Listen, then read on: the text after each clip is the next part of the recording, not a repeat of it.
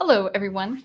I hope you guys are doing well tonight. Sorry I'm a couple minutes late. You ever have that strange phenomenon where you look at the time and you're like, I have plenty of time.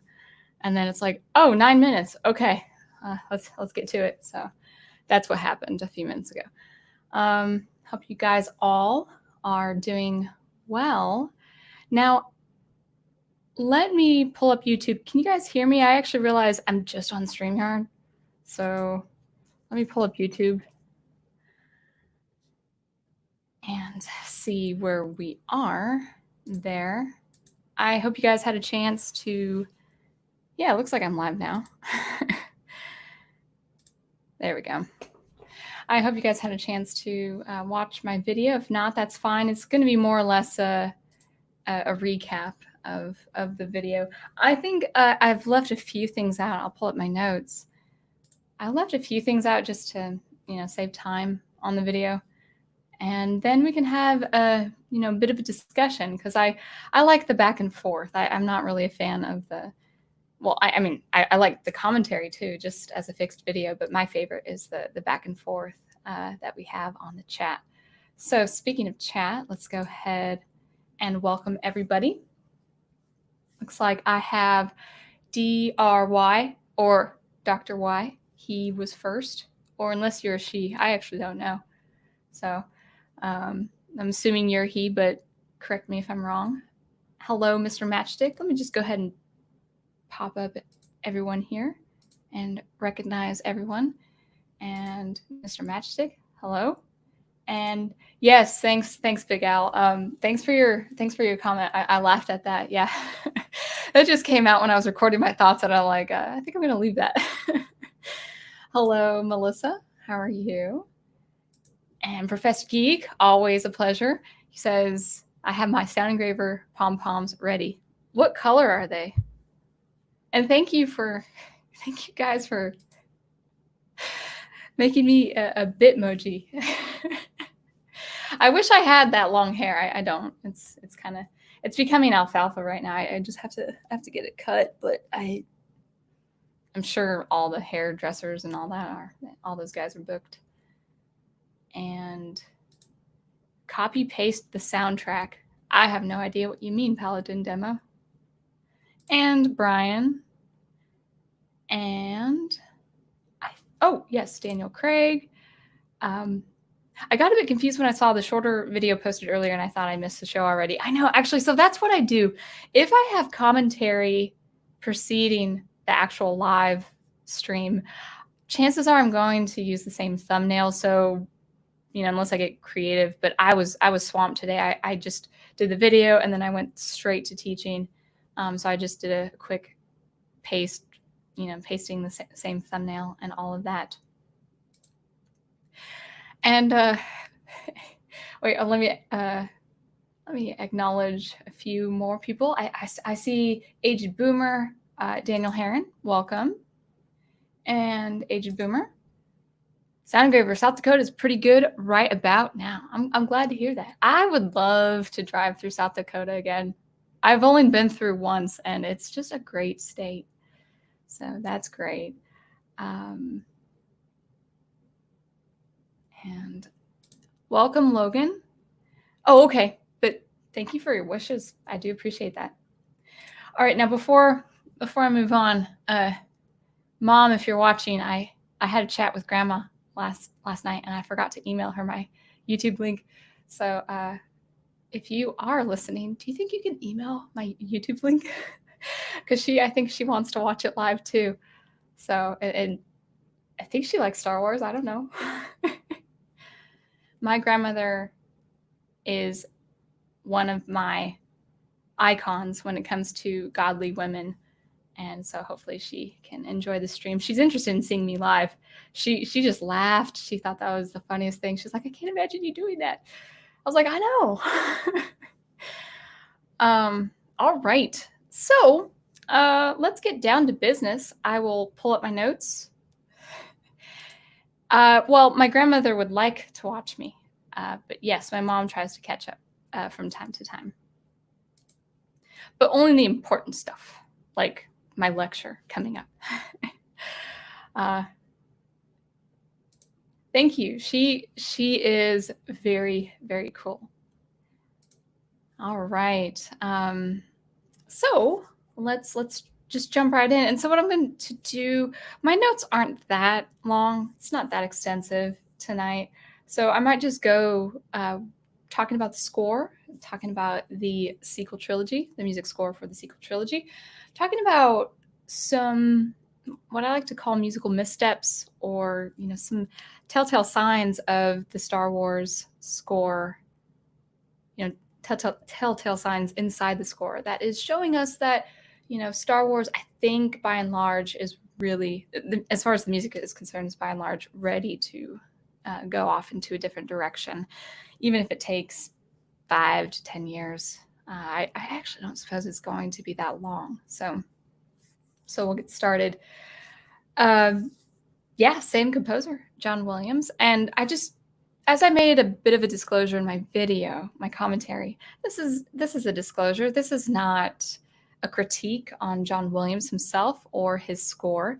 His music score for the sequel trilogy is objectively good, as it was with Kevin Kiner and his score for the Clone Wars series.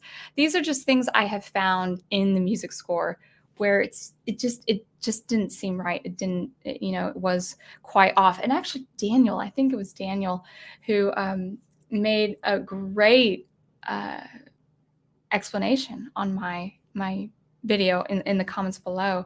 And if you guys have thoughts, feel free to put those comments in the video below, or that page. But Daniel makes a really good point that a lot of things go through that production, the conducting, the production of the score, going through all those, rehearsals, recordings, post-production, with editors, with all sorts of things. So I know a score is not, I know a score in its final form would not be what it originally is.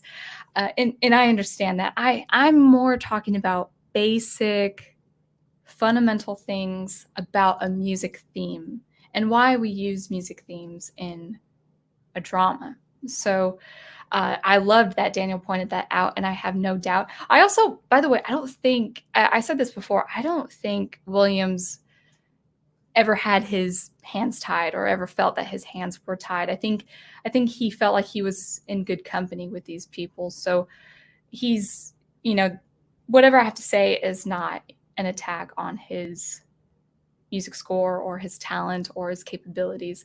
I know a number of things could have been factors that have caused the score to sound as it sounds, as we hear in these 3 installments. So yeah, I think so. I think that's a fair assessment. Paladin Demo, it's Disney Star Wars. Copy paste everything and undermine the original. That's what you meant. Okay, thanks for clearing that up. Oh, Aged Boomer has a question for me, and then we'll probably get started. Is it possible John Williams wrote the scores for scripts that were way different than what we got on screen? I'm sure that's the case. I wish I could answer truthfully, because I'm not a film composer, so I don't have any experience myself. But I would imagine that same process happened in the original trilogy. If I'm getting your question right, is it possible John Williams wrote the scores for scripts that were way different? Oh, your question moved. That were way different than what we got on screen. I'm sure music goes through a lot of process and rough drafts and sketches. That's what I do with music that's not for movies or not for film or video games.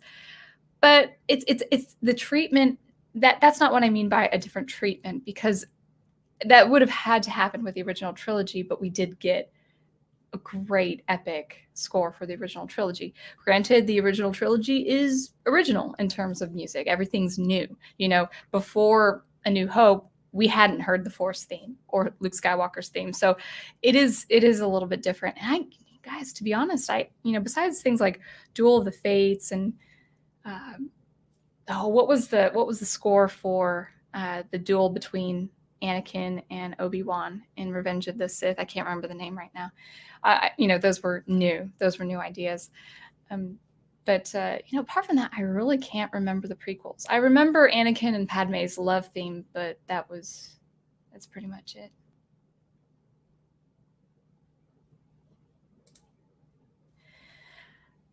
Dr. Y says, I've said this before, but they did say the same thing with the Lion King 2019 soundtrack. Yeah, I heard that Beyonce was involved for that, with that, for a song, I think called Spirit or something. But I'd have to see the movie myself. I'm trying to cancel my subscription, guys. Big Al says, just thankful that the franchise as a whole has glorious music. And I think we can preserve that. I think we could preserve that. These videos, all this commentary that I'm making and all these comments I'm professing to you guys it's just it's kind of a theory. It's kind of a hypothesis. I think 5 to 10 years down the road, Star Wars music is not only going to become unrecognizably I would say unrecognizable. I actually think, in terms of it being Star Wars, I actually think it's going to become generic too. See, when you lose that unique Star Wars universe quality, that's actually easy access to getting into some very generic harmonies and bass and melodies. I don't know if you guys, I posted a tweet about 2 weeks ago. It's called, I think it was the Force theme for epic cinematic music. I love it's like cinematic music, as if Star Wars is not cinematic. And it was well done. It was well produced. But as good as it sounded, as pleasing as it sounded, it was so generic. This man was using very generic bass lines and harmonies, and I'll have to find that link, and if I find it, I'll retweet it or post it on another stream. But it sounds pleasing, but it's very generic. It would sound, you wouldn't be able to distinguish Star Wars from Marvel, for instance. That's how it's becoming. That's how generic it's getting. So, without further ado, I think I'll pull up my notes and we'll go ahead and start with one film of the sequel trilogy at a time, and then I'll refer back to notes. Now, can you guys hear me okay? Just give me a thumbs up for audio, because I want my mic to sound nice. I want my voice to sound clear. So, and my chair. Yeah, my chair, squeaky chair. So, yeah, just give me a like or a thumbs up. Hit them likes. Two-step violin, a couple of comedian, classically trained violinists. They're really good, but they're also really funny. Thank you, Daniel. Thank you for that. They say accent that like button, and I was like, man, why did I think of that? That's cool. Cool. Thanks, guys. Thank you for being able to hear me clearly. All right, so let's get started with The Force Awakens. So a lot of this is what I had expressed in the commentary video. Would love your feedback in the chat below, or in the chat to the side. So yeah, let's start with Force Awakens. And I did start with Kylo Ren because he's the main character. He's the first established villain. And when he enters the scene, boom, we've got his theme. Now, I have said in the video, it's actually not a theme. And when you go onto the internet and you type in Kylo's theme, oh sure, you're going to get your videos on Kylo Ren's theme. But it's not a theme. It is a musical motive or motif. It doesn't exceed 5 notes. I think it goes dun dum bum bum bum, and then it just repeats again. And it's cool. It's dramatic. It's effective. But that's not a theme. It's not a complete melody. It only repeats twice, and then you're done. It's finished. So it's powerful. It's got its punch, but I think Kylo Ren needed to have his own melody or some musical idea that has some length. Da da da dum bum. Yeah, that's 5 notes, and it repeats, and I think it goes back to the tonic, back to the minor key, but it doesn't exceed 2 bars. Now, this poses a problem when you have a small gesture, 5 notes for a main character, especially with something that could be a signature of some kind, like 2 semitones apart. Da-da! Cool. It's cool. It's catchy. It's effective. It sounds villainous. You know, it's got that, you know, you're ready for a full 7 dimension, 7 diminished chord. Yeah, 7 dimension chord. That'd be cool. So something with such a short length actually poses a problem for future material, for future music in the film or subsequent films. Because if you have something like a semitone relationship, da-da, for a very specific villain, but you do not have a melody for that villain, well, what happens is that every time the composer uses those 2 notes, you're going to think about that character, whether that character is in the scene or not, whether that character is even thought about or not, whether the character is relevant or not. So that actually is a problem to keep, you know, such a short musical gesture as an attribute to the villain, to a main character, maybe a side character, a featured character, maybe a place.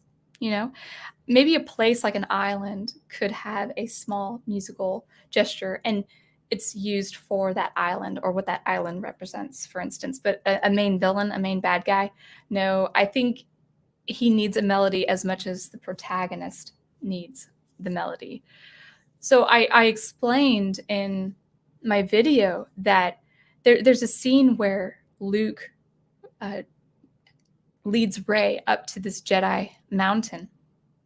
And she goes in. No one's talking, so we don't know their thoughts. We're just seeing the scene. We're seeing her observe this grand mountain. And when she enters, it has a doo-doo. And it's high. It's high in the register, I think in the strings. Maybe a little bit of woodwinds, but I think it is in the strings. Well, I mean, that instantly made me think of Kylo Ren. Now, they actually do talk about Kylo Ren just a little bit in that scene. I didn't make it in my video where he's not even mentioned or thought about. He actually is. But the point is, this happened before they even spoke of him. So this musical cue, like, well, this is about a Jedi mountain. This isn't about Kylo Ren. So something like that, where I'm not saying you can't start a melody with those 2 semitones, but you would have to have something, some length for that melody, because any other point where there are 2 semitones in the music, well, if you had some length for the villain's theme, we might not think about the villain, if that makes sense. I hope that makes sense. So a musical gesture for a main character, I don't think works. He needed his own full, you know, at least 4 bars, but I would have settled for 8. Now, I think it's also important because Rey, the protagonist, she has her own theme. In fact, it is 12 bars long. I have currently forgotten what this theme sounds like. Okay, I remember. Okay, so da, I'm going to try to count the bars. Da dum bum bum ba da 3 dum ba da dum ba ba, and this is measure 5. Da dun dun bum ba da da da da da da, and that's 8, and then it's an extension of 4 bars. Da da da dum bum bum. I think there's one more phrase, and I can't remember how it sounds, but so she has an 8-bar melody with an extension, another 4 bars. Now, that's suitable. She's the protagonist. She's the main character. I won't use the word hero. So she has a complete theme, like Luke Skywalker has. But as I mentioned in the video, man, her theme, and I actually think it's a good one. I like it, but I will talk about the problems with it. Uh, her theme, the treatment of her theme is different from the treatment of Luke Skywalker's theme in terms of the orchestra. When she is introduced, there's this orchestral activity going on for a full 33 seconds. That's a long time in terms of music. That's a long time for film. That's a lot of film time, a lot of screen time. Her theme does not enter until 33 seconds after a lot of orchestra activity is happening. And when it does happen, there is a solo instrument, like there is with Luke Skywalker and his French horn. But it's embedded in this tapestry of this entire ensemble. When Luke enters the scene, and when we hear that solo French horn, you hear maybe like a strumming, a very light, I think it's strumming, a light strumming of light pizzicato of the lower strings, maybe all the string ensemble, including violins, but it's very sparse. It's just the French horn that we recognize, that we are listening to primarily. Well, with Ray's theme, her theme is actually buried. I mean, you can hear it, but you have to listen intently. Now, fortunately, there's no dialogue. Fortunately, it's just all a big screen, and so the viewer can concentrate on the music.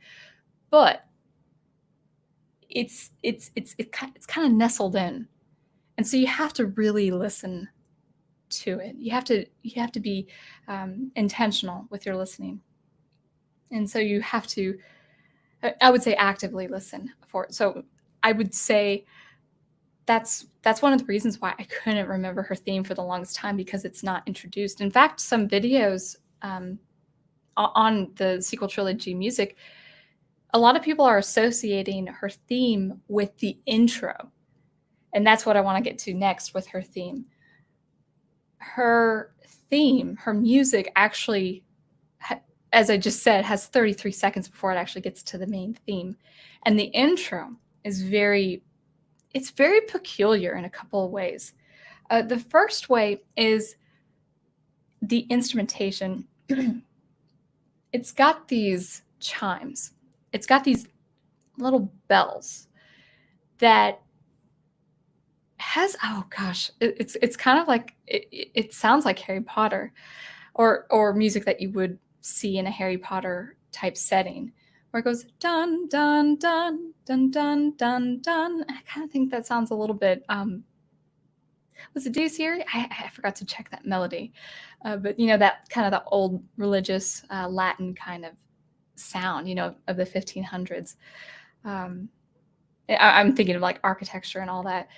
But it's with bell sounds. Now, we really haven't heard bell sounds, at least not as a solo part or a solo small ensemble part with Star Wars before. I'm not against doing things that are new in Star Wars, but the music plus the new instrumentation really sounds like Harry Potter. And people say, well, he wrote for Harry Potter. I was like, that's great. I think he wrote for the first 3 films. I'm like, that's great, but I don't want to be thinking of Harry Potter when I'm in the Star Wars universe. So there's a little confusion there. And I like his music that he composed, but not really for her. I know that he was trying to be, or I can't get into the mind of other people, but you know, it sounds like John Williams was trying to have this kind of lively, kind of childlike spirit about Rey. So it has kind of the flutes going dun dun dun dun dun dun dun dun. I'm thinking of it in the key, but it's too low for me to sing. Dun dun dun dun dun dun dun dun dun dun dun dun. I think something like that. Can't hear it quite right now. It's very strange because it sounds like Dvorak for his New World Symphony has kind of that like playful kind of wooded instrument. Now it's you know, it's a flute, so it's of the wind section, even though it's metal. Well, flutes are metal, but that woodwind section and the way he was using that playful line actually does sound a lot like a wooded area, a fantastical wooded area like that, kind of like what we see. I've mentioned before, with Disney's Pocahontas, there's that weird, cool, fantastical intrigue that we have of the American landscape, that North American landscape. And so when I heard that for Ray's introduction, well, there are no woods, there's hardly any vegetation, if any vegetation in her world on Jakku. It's all desert. And so hearing that kind of instrumentation and that kind of playful, I think it's in 4. Dum ba da bum ba da dun da dun dun dun dun. It's so low for me to sing, but it reminds me of some woods, woodlands, if you will, and forests. So it didn't seem right. It sounded like Harry Potter.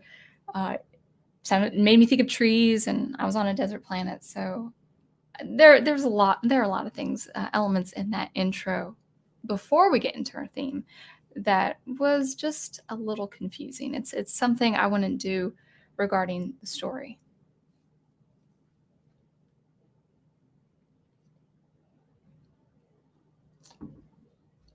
All right.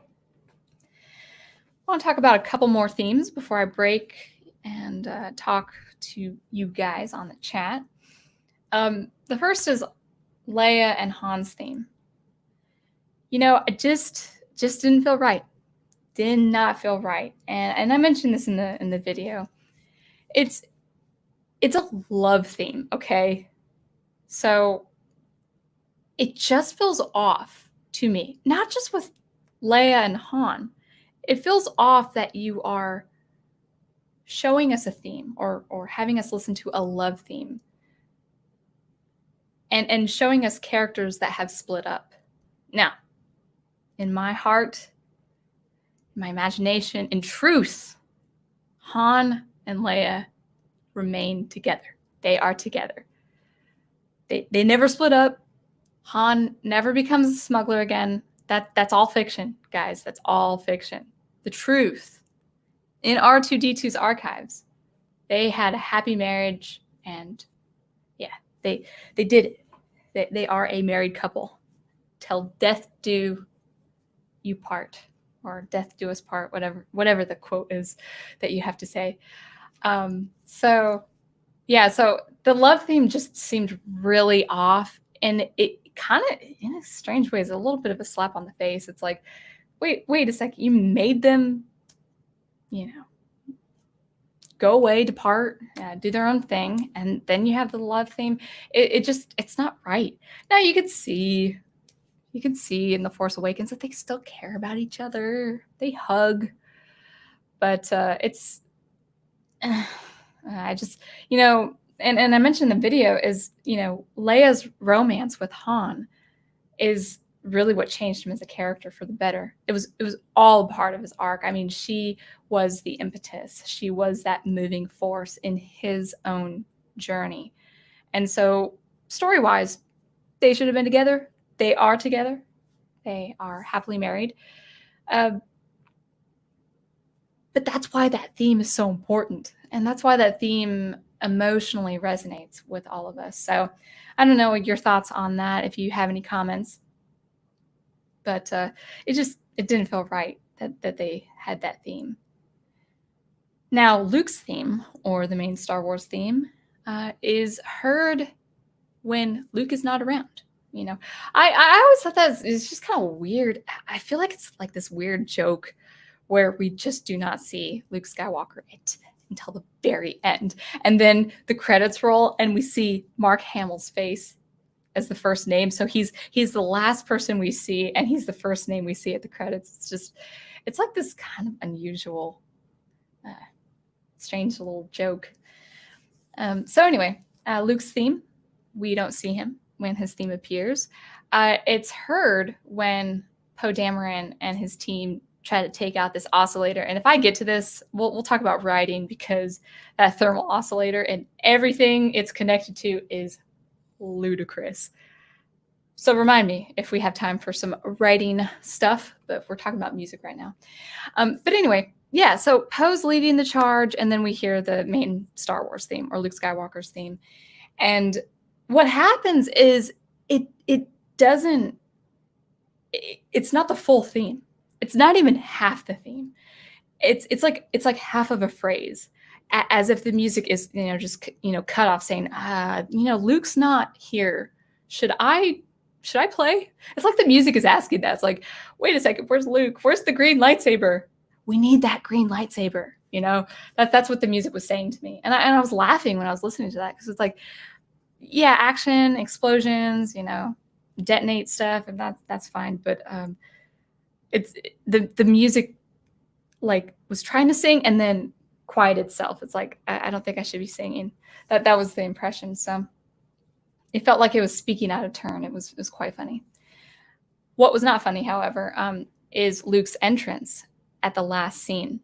I saw this in theaters 2015, that long ago, and I didn't know what to make of the music when I was watching it for the first time, because I was like, oh, this is Luke Skywalker. We're going to see Mark Hamill again. We hadn't seen Mark Hamill on screen. It was really exciting. So I really wasn't paying attention to the music, but I remember feeling really off, but not sure why. Well, when I saw The Force Awakens a second time, and Rey's climbing up this mountain and sees him for the first time, I see him. He's hooded. We're seeing him from his back, and the music was really ominous. I was like, I'm ready to see an official or a high-ranking officer or a captain or a lieutenant for the Imperial Force. Like, why am I thinking of Imperial March when I'm about to behold the Paragon, the supposed Paragon, Luke Skywalker? So I thought that was really weird. They use a lot of chromatic tension, and I can't remember if I was humming it out loud while I was watching it, but I was thinking, I was kind of hearing it in my head. I was like, that kind of sounds like Imperial March, not the actual direct line, dun dun dun dun dun dun. I didn't hear the direct line, but the chromatic tension I was hearing was very similar to the Imperial March. Why they used this for Luke Skywalker, I don't know. It's as if it was like a foreshadow of what Rian Johnson was about to do.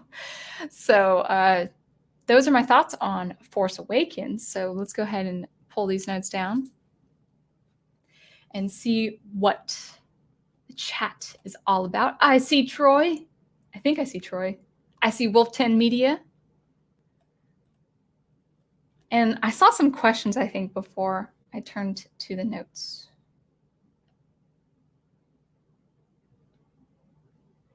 Oh my goodness. Paladin Demo says, I can name all the Universal Monster themes and all the slasher themes, not so much Star Wars. Well, I'm impressed. I probably will never know those. I'm sorry, Big Al. I'm sorry. I don't suppose I will ever be on a Fan Man movie live stream. Aged Boomer says, Soundgraver, or maybe Rian Johnson edited the music wrong. Maybe he stuck tracks in scenes where they didn't belong. I don't know. I don't think Johnson would have that power, that flexibility, or that know-how to do that. But you never know. But I don't speculate. I'm not here to speculate what went behind the scenes. Professor Geek says, I look forward to hearing your thoughts on the Rebel soundtrack. Well, thank you for that pressure. My limited knowledge was quite impressed. Okay. Yeah. Yeah, I think I could do. I might as well just knock it all out in one sitting, like Mandalorian and Rebels. But I don't think I'll have time to do Rebels until next month. So we could keep going at this, for the summer. And then that impromptu that you had with Al on Rebels, that was kind of cool. Now, I would be open to doing a review of the Clone Wars Season 7 with you. Full length. Unadulterated, whatever you call it. But you only do an hour. I would probably need more than an hour. because I'm sure I didn't say 40% of what I meant to say the last time.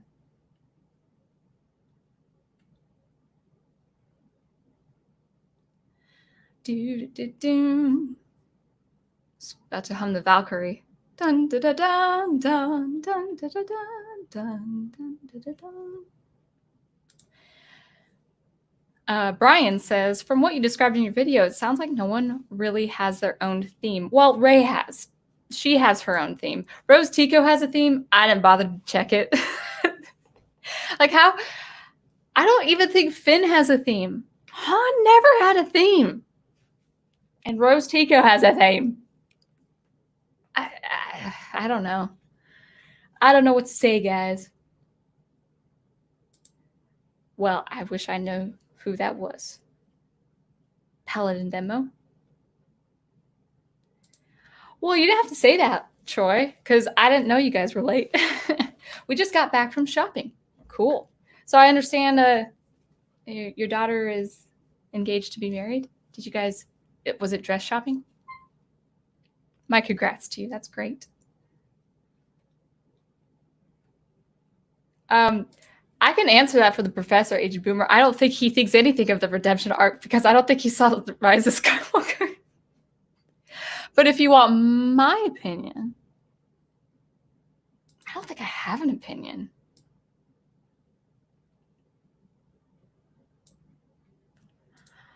Yeah. I'm actually kind of flattered. I mean, she looks kind of alluring, and I'm sure she has a beautiful voice. I love the dress that I was in the picture of the actress, and then also the cartoon, the image that I saw in the message. Rose Tico has the best theme. Not that I can remember it or anything. I can't remember it. Well, thank you. I hope so. Yeah, I do have a dress just like that in my closet. I've only worn it once. It's still in its plastic, so I keep the dust off of it. And I would wear it for you guys, but I don't know how to do my hair or makeup. I don't know how to look red carpet without actually hiring someone to doll me up.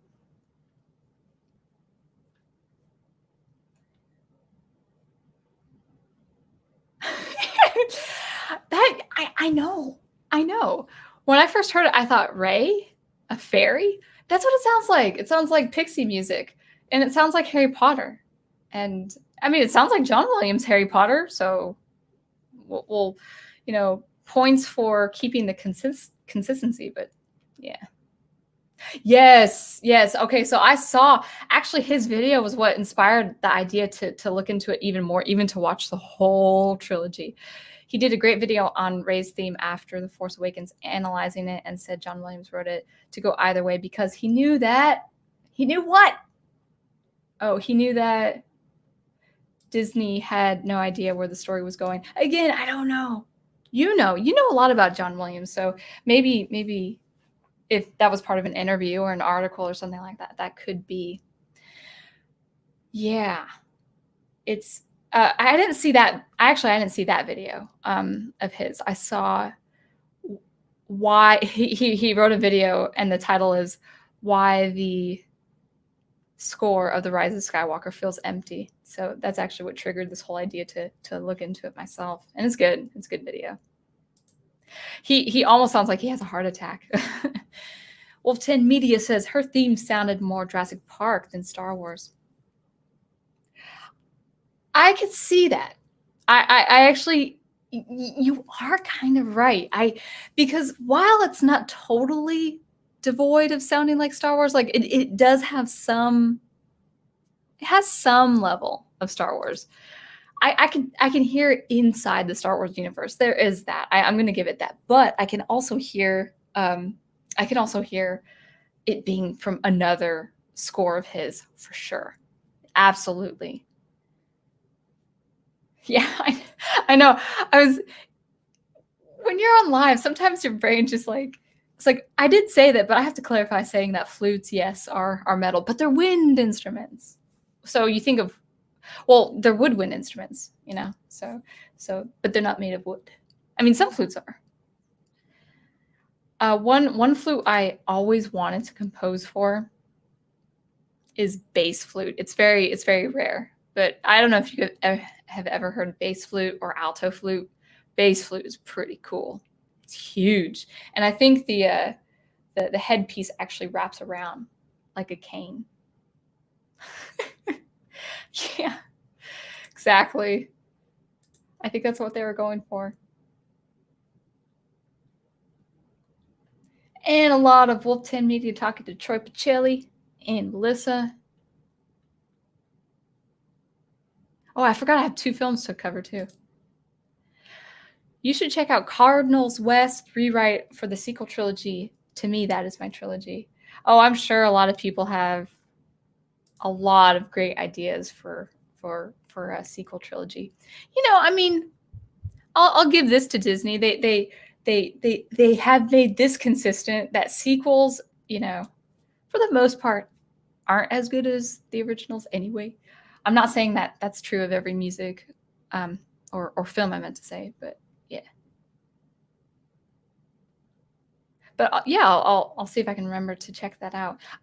Thor Skywalker's working on a pretty extensive project himself. If you guys check out his channel, he's awesome. I can't say for once. Oh my goodness! So Thor Skywalker, it's like Professor Geek. I pretty much agree with everything he says. Not concerning the Clone Wars season 7. Like, this is the first time ever in my history with watching Thor Skywalker. It's where I have disagreed. And that's a rare occurrence. I don't think I agree with everything Professor Geek says.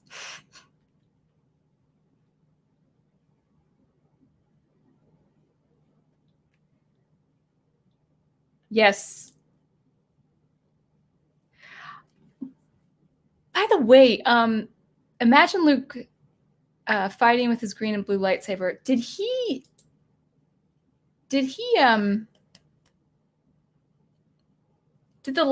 the green lightsaber ever show up in the sequel trilogy? And I just thought of the atrocious scene where he's contemplating striking his nephew down in his sleep. And I think the green lightsaber was, that makes me even madder. Because I was thinking, the green, at least, Luke Skywalker has been deconstructed, but at least the green lightsaber has been spared. I love any picture of Luke Skywalker with his green lightsaber. It's my favorite because it's his arc completed. That's what that lightsaber means.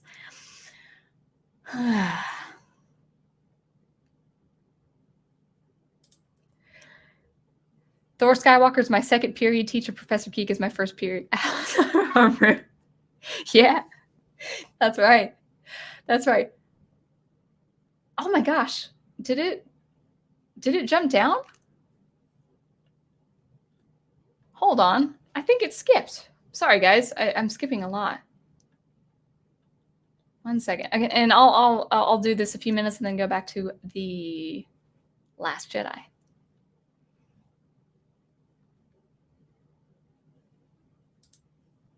Big Al Presents says the sequel trilogy is a failed fan film series done by a sad child of a dead Imperial stormtrooper. His name is Disney. I wonder what Walt Disney would think of the Disney sequel trilogy. But he passed away before the originals were made, right? Wasn't it 1975 that he passed? I couldn't remember.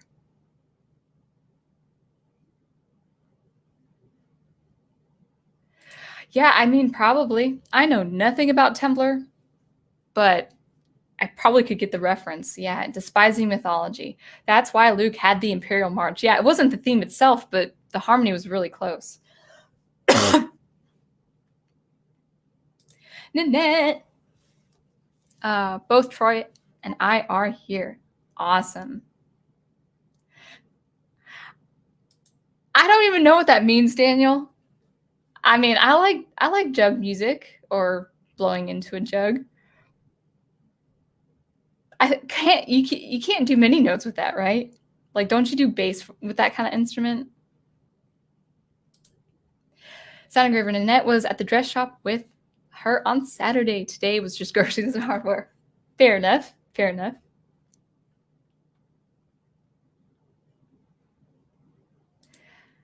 Oh, that's not true. I mean, if you give me the money so I could pay someone to do my hair and makeup, then I would wear it. I just like the best I could do is wear the dress and then wear a ponytail, which I did for the red carpet thing that I did. So I would wear the dress for you guys, but y'all ain't worth it. That's not true. That's not true. Professor Geek says, it makes sense that even an amazing composer like John Williams would still need inspiration. When faced with the sequel trilogy, you think he just phoned it in and took a check? I don't know. I'm not here to speculate. I mean, he is in his 80s. Yeah, I mean, that's the thing. It's like I really want to be careful when I'm talking about this because, again, it's not a critique on Williams. But you wonder. You wonder. Now, I will say this. I'm not a film composer, so maybe film composers out there watching this, if you guys are, maybe you have a different opinion because you have a different experience from me. But just because you're composing music for a story, for film, doesn't mean you're a storyteller. Even if you're a very good film composer, doesn't mean you're a storyteller. Now, you may be a good storyteller with your music, but you do have to answer to the writers. You do have to answer. I can only imagine you have to answer to the writers, the director, maybe the executives, depending on how big you are as a composer, what you want, especially with a big name like John Williams. So I can imagine that as a composer, you have to answer to a lot. But how did Howard Shore do it so well? Peter Jackson had a love for the mythology. He had a love for those stories, and he wanted to work with people who had that same love for those stories.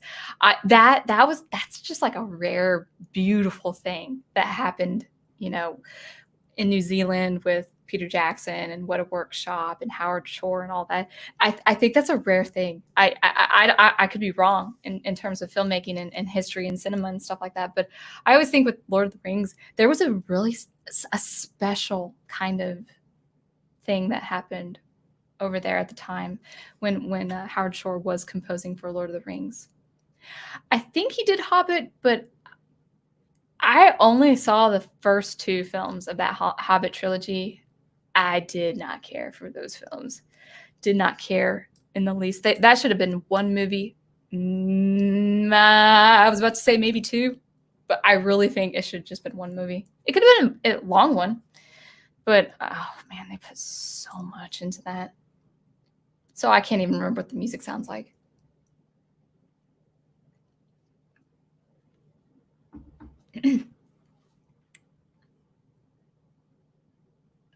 Yeah, I know this isn't for me, but I agree. I think an actor or an actress should never take the hit for a character they portrayed. They did what they were told, and she's not a bad actress. So I hope, I hope she's doing well and that she can just look behind, just put that behind her and move on. I think she's okay. You know what I don't care for though? And I could be wrong about this, and I got to get back to my notes, but I had heard, I could be wrong about this. Daniel Radcliffe, the actor who played Harry Potter, I had read somewhere that he was so much trying to distance himself from that character and from that franchise. On the one hand, I understand that, but on the other hand, that's what got you your platform. There was I remember seeing the Craig Ferguson show. I can't remember the actor's name, but he played Malfoy, the child. What's his name? Draco Malfoy. And Craig Ferguson was funny. There was a sitcom that this actor was playing in, and he was the villain. And Craig Ferguson's like, oh, he's got a bit of Slytherin in him, And when the actor came out, Craig Ferguson apologized, like, I probably shouldn't have done that. You probably get tired of being associated with the villain and stuff like that, especially as Draco Malfoy. And I remember the boy, in his early 20s at the time, he said, no, not really. I mean, that's what started my career. I'm very grateful for that. I was like, wow, yeah, that's cool. That is really cool. So he wasn't ashamed of it. He didn't distance himself from that role. Okay. Let's get on to Last Jedi. And then we'll get into the chat comments. So how, before I get started, how Professor Geek keeps confusing Thrawn and Card all the time? Must have been like 18 times by now. Sometimes I say comments, but comics, the word comics comes out. So if I say comics instead, I mean comments.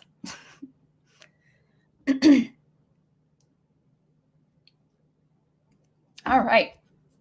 Let's blaze through these notes. Last Jedi.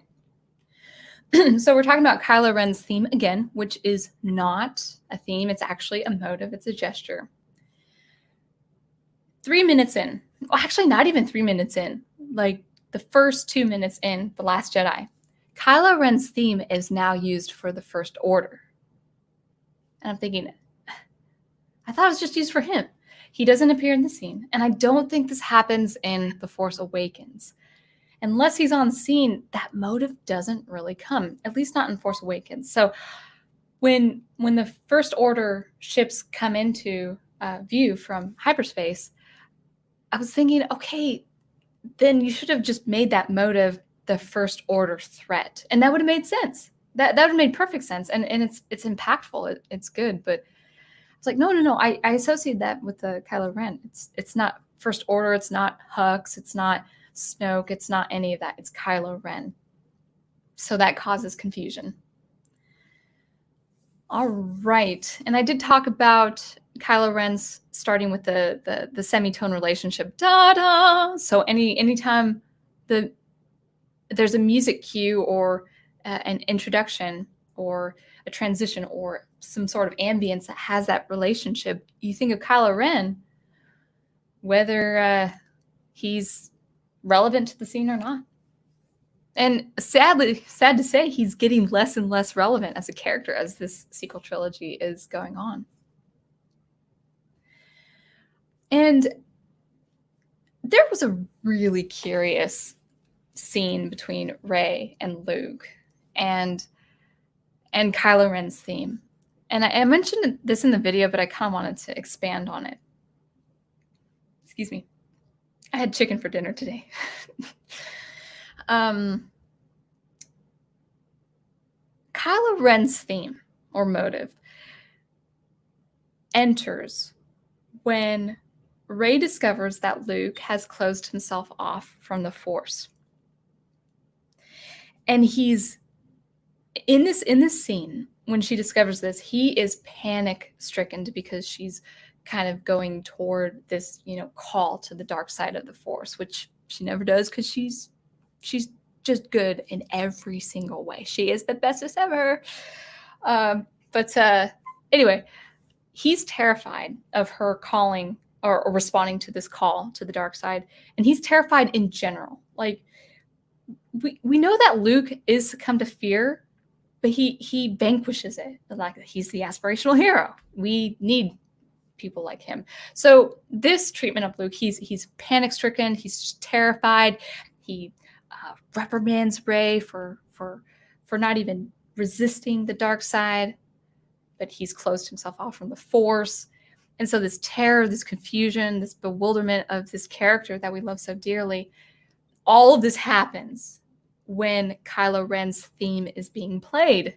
His little motive is being played. Now, at this point in the conversation, they're not talking about Kylo Ren. They're talking about Rey being tempted to the dark side or feeling this pull to the dark side. So is this motive about the dark side of the Force Or is it about Kylo? Or is it about the First Order?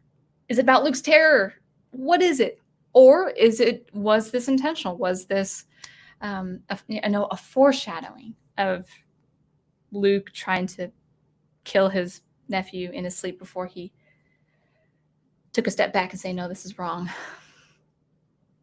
That's a mistake, right? So anyway, Kylo Ren's theme is heard everywhere.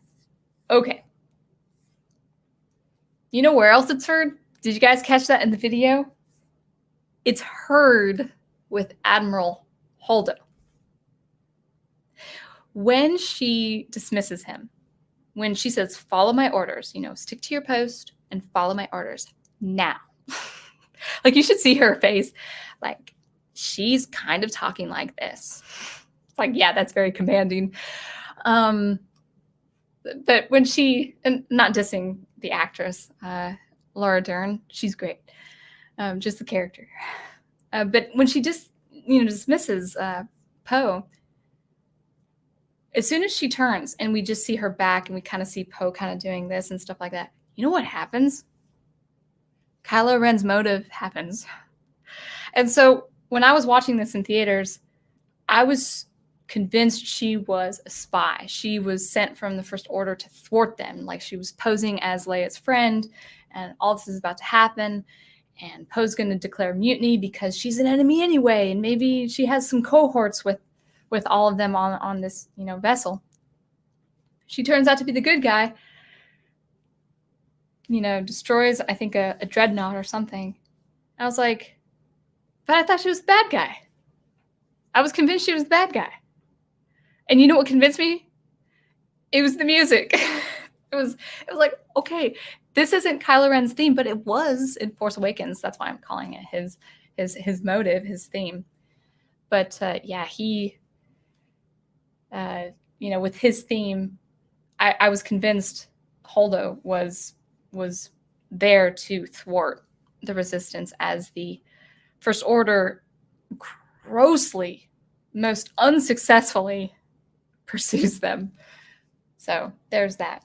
And also with Holdo, the Force theme enters, but it starts out with dun dun dun dun. Well, we're thinking dun dun dun dun dun dun, right? No, it's da da da da da da da, and then it kind of drifts off into something lower, as like, well, so it inverts and then it goes down. That actually is what happens at the end of the Rise of Skywalker also. So kind of the flip of the pitches going down. It just doesn't make sense because, yeah, we're trying to rally these helpless troops. And I don't know if you've ever heard, if you guys remember Holdo and her speech, it's so half-hearted. And she talks like this, and she's trying to ignite hope to these people who are facing hopelessness, who are bereft of hope. And she talks like this. I was like, okay, I'm just going to go on a sidebar here. If you want commanding female leaders, you need to drop the tone and speak with authority. It's not like this. Sorry. I just like, well, of course they feel hopeless now. Anyway, so yeah, Holdo. So the Force theme is used when she's giving this half-hearted speech, and it kind of flops and goes into something else. And I just don't think the Force theme should be used for people who don't know the Force. Maybe Finn, there was that potential of him being a Force user. Maybe he is a Force user. That is implied in the Rise of Skywalker, but I don't think it was ever answered. I can't remember. So for someone like him, for someone like Rey, uber Force theme because she's so powerful. But yeah, I just think the Force theme had been overused and just didn't seem quite right.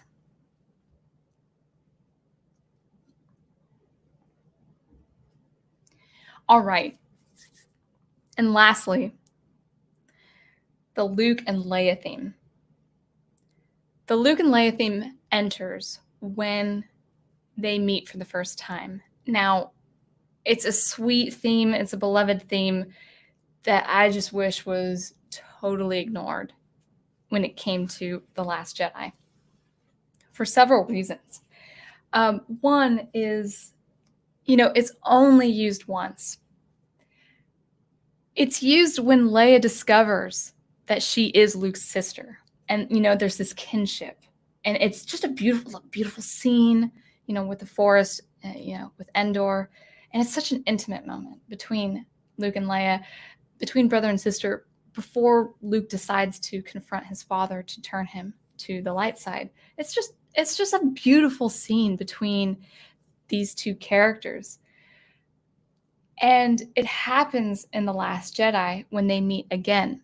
Now, as I said in the video, we're not seeing our iconic characters. We're not seeing Luke. We're not seeing Leia. In The Last Jedi, and I will say in The Force Awakens did set this up as well. Luke has become a failure who loses hope in doing good for others no matter the cost. He has ultimately abandoned his sister. In fact, actually, he even meeting Leia, he has also, in a way, abandoned her there because it's not him presently. Now that we know that it's a facade, like a force projection of sorts, which is breaking the law of the Force anyway. I think it is. Who knows? It's a facade. It's not him. It is him, but it's not him. He's not there in flesh and blood. When I first saw Luke come in, I was like, yeah, he's back. And then he's taken down like the First Order or whatever. And so he must have done something powerful on that mountain to make him resist all that firepower. Well, no, haha, just kidding. He's not really there. So he really wasn't there for Leia. I mean, it's kind of a punch in the gut when you think about it. So when that theme happens, it's like, no, these aren't the characters that had been established. Luke is a failure who loses in this film. He's Jake. He's not Luke, but I'm just, so people know who I'm talking about. Luke is presented in this film as a failure who loses hope, who has abandoned his family, has abandoned the rebellion, has run away. In this film, Leia, she publicly states to the resistance, the spark is out, our hope is lost. That's not Leia. A self-respecting general, even at the point of death, would at the very least, thank the rebellion and honor each and every one for fighting to the end. It's kind of like with Aragorn, with the films. The reason why it's so powerful, like we know they come out in the end, but the characters don't. They charge into that army knowing it's death. The only thing that causes them to survive is the destruction of the ring. So Aragorn is going in. He's rallying the men and the hobbits and going in and saying, we're fighting to the death. That's at least if Leia had lost, she is a respectable enough character where she would have at least thanked them and honored them for their service. At least that, even if she had lost hope. So she's not what she was at the end of the original trilogy. She's just a leader that's lost hope. So the theme when it was playing out, I actually cried.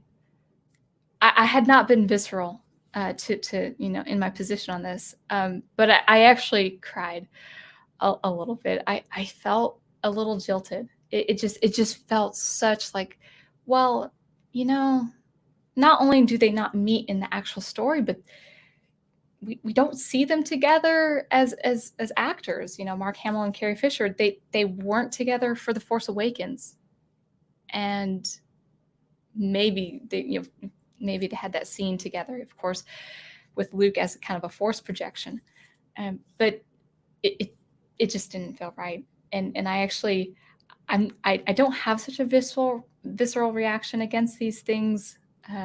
Like most fans, I can take it or leave it. But I remember that hitting me hard when I saw it the second time, and it just was a mistreatment of that beautiful theme, the theme that has a lot of meaning between those two characters. So that is Last Jedi.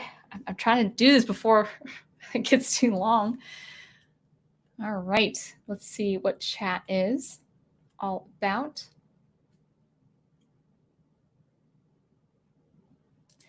Paladin Demo says music themes help tie everything subtly. Heroes, villains, optimism, dread, etc. I agree.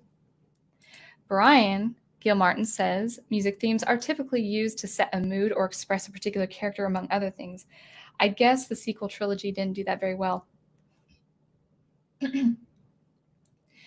Well, I would say yes. I do want to clarify that you can use any music, regardless if it's a theme or just ambience, to set up a mood. A theme is a definitive idea. It's a musical portrayal of a definitive idea. So Luke Skywalker's theme is about Luke Skywalker. There's nothing else. Now it's become the Star Wars theme. And I accept that only because I accept that Luke is Star Wars.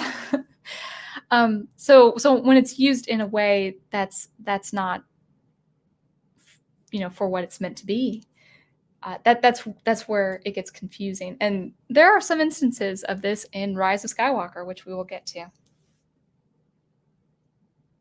But yeah, when I say theme, even motive, I'm saying Kylo Ren's motive for Kylo Ren. Think of something definitive.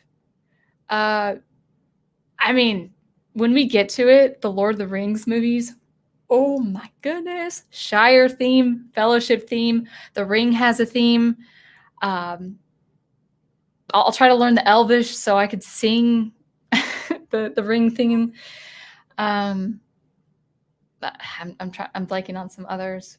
Oh, the Rohirrim theme. Rohan, Edoras, Gondor, yes. Lothlorien. I mean, like very definitive places, locations, and characters and ideas. So yes, there is a definite piece of music for all that.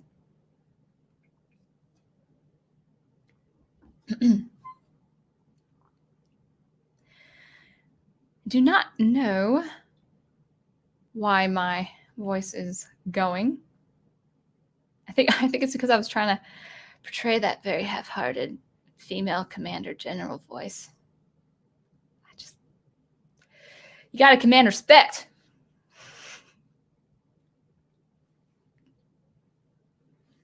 Goodness, where am I?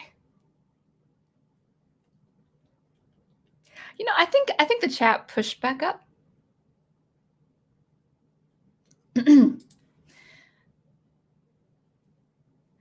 From what you described in your video, it sounds like no one really has their own theme.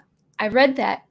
Yes, Kylo has a motive and Rey has a theme. She does have a theme, but it's hard to remember with all the orchestral activity.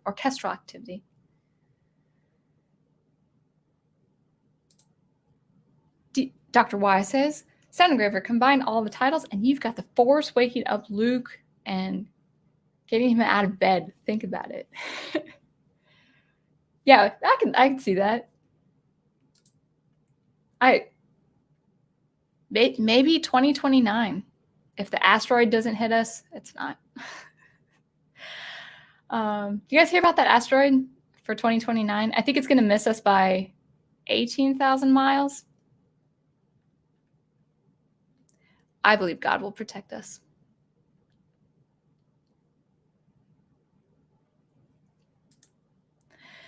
Well, yeah, he does have a theme or a motive. Dun, dun, dun, dun, dun. And that's it. So it's not a theme. It's not a melody. It's not a complete melody. It's just 5 notes. Where? I must have gotten back all the way up. I'm sorry, guys. 1 second. I don't know what it did to me.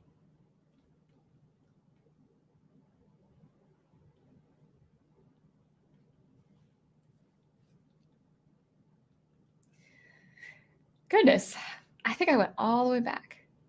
Aged Boomer says, Sound Engraver, if you watch one horror movie, it has to be Frankenstein meets the Wolfman. There's a musical number in it.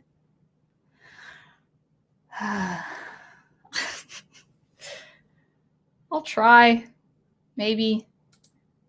I am loving this film noir kick, though. I just enjoyed The Big Sleep. I had so much fun with that movie last night.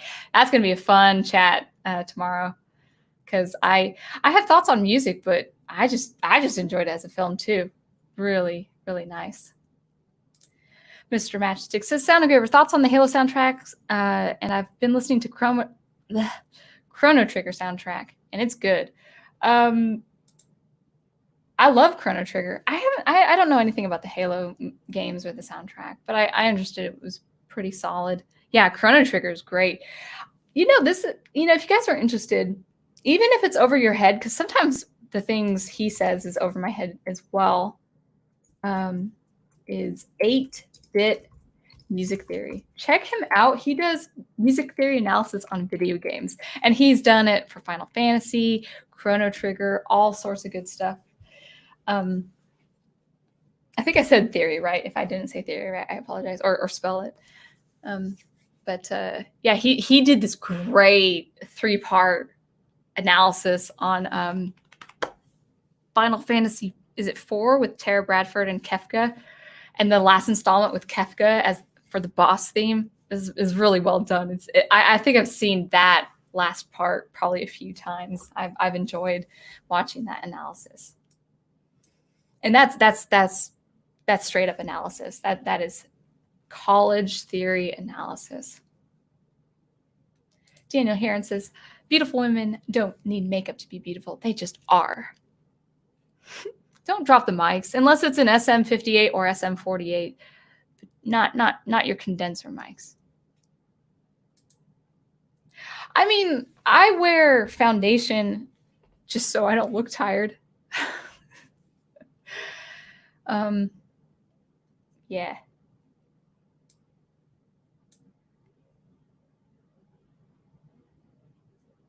Oh, cool. Thank you, Nanette. Yeah, I would love to see. That's wonderful. How can you do that? I thought I closed off everyone on Facebook. Okay, I'll check that out. Because I don't know if I can receive messages. Because I opened up that Facebook account only to check out the Professor Geek group and put stuff on and comment on people's news and stuff. But maybe people can get to me. I don't know. I don't know anything about Facebook.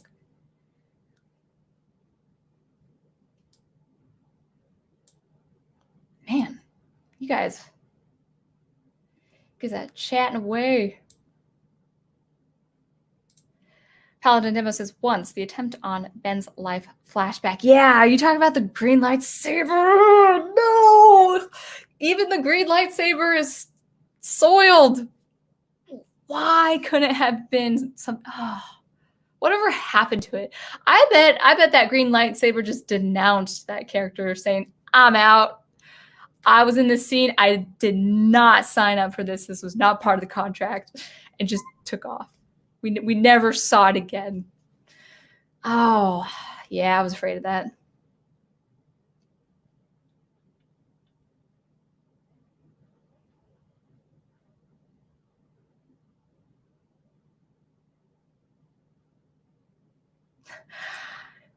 You have a morbid sense of humor, Paladin Demo. His frozen head is powering Disney, the Disney World, because of lack of creativity across the board.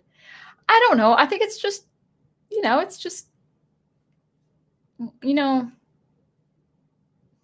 don't know. I won't get into corporate stuff. But I can just imagine that, you do as a corporate business, you try to do anything, even milking something to the point of nonsense to get that extra money. So, oh, okay. Thank you for that date. I didn't know it was that early. Yeah, so long before Star Wars. Yeah, I did not know. I ducked it so well, I didn't even know what you're talking about, man. Are you talking to me about me?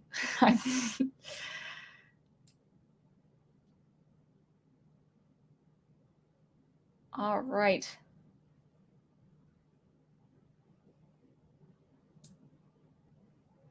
I highly recommend at least reading once.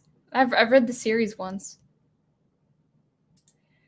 Dr. Y. I have yet to watch Lord of the Rings trilogy. Watch Lord of the Rings trilogy, but I've seen so many memes about it. I feel like, oh, like you're talking to someone who's not seen Indiana Jones, who's not seen James Bond, not seen any of the, you know, uh, uh, popular film, but Lord of the Rings has to. I can't tell you to watch movies because I don't watch movies. But Lord of the Rings, man, you know, yeah. So. Greetings, programs. I'm not a program. I'm a human being. I've been writing my just having just a blast writing my spaceship character. Yeah, he's great. He's awesome, and I'm probably tonight will be in his perspective, and it's very cool to work out. Using computer, a language as a computer would interpret, and not using the human vernacular. Or if he does use the human vernacular, he uses it when he talks to a human being because he understands what the best word would be to use for the situation. So if he uses idioms or phrases or something like that, it's because he knows what is optimal for human communication. So when I'm in his mind, I try to be thinking like a program as best as I can. So computers can't see; they interpret. They interpret messages. So in his thoughts, I use that kind of word like interpret instead of see. It's really fun.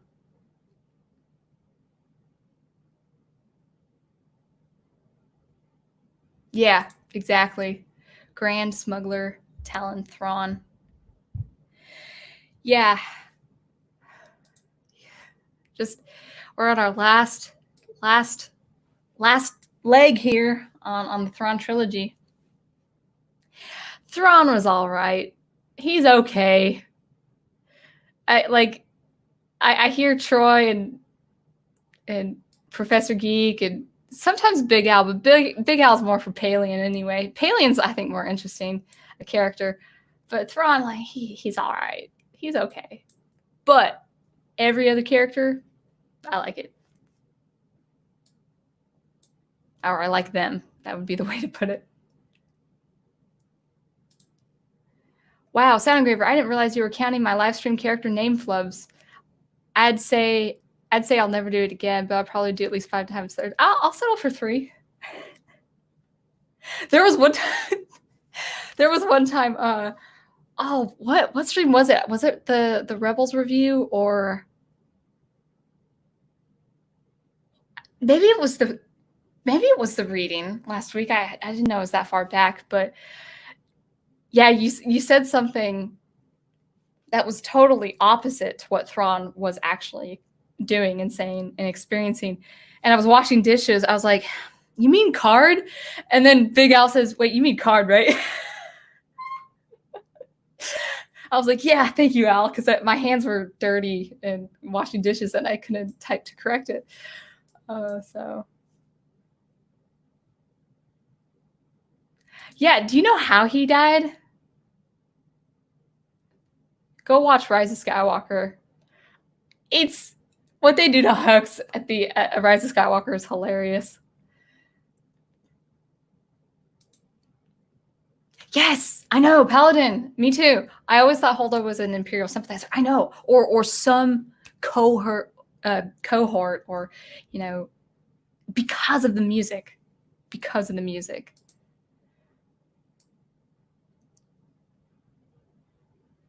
And we'll get to Rise of Skywalker soon, and it's probably gonna be fast, pretty fast. Me? Me? I would be winter for Halloween. And I remember when we just started the Thrawn trilogy, and I remember the professor getting offended when when you suggested that Winter kind of looks like a young Admiral Holdo, kind of like a young Laura Dern, just with white hair and a white dress. And it's so funny that you said that because I actually thought that too.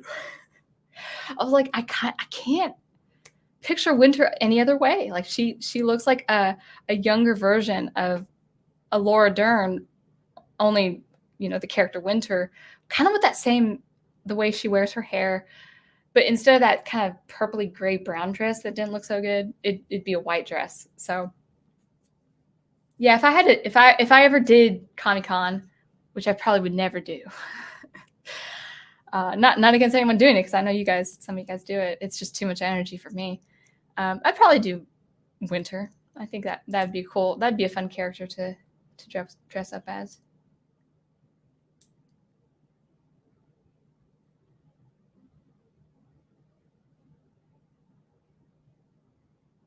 All right.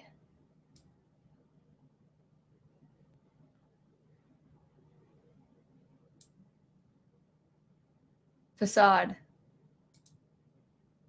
I don't think it's copyright infringement, man. No. I think I don't think so. We'd have to look into copyright, but I don't think that's a copyright infringement. It was a ridiculous idea, but I don't know. You don't own the metaphysical. Like, so if I decide to do something metaphysical in my world, and it just so happens to be in Hammerhead 40K or whatever that's called. What is it called? Warhammer 40K. So what? It doesn't. It's the same. It's the same.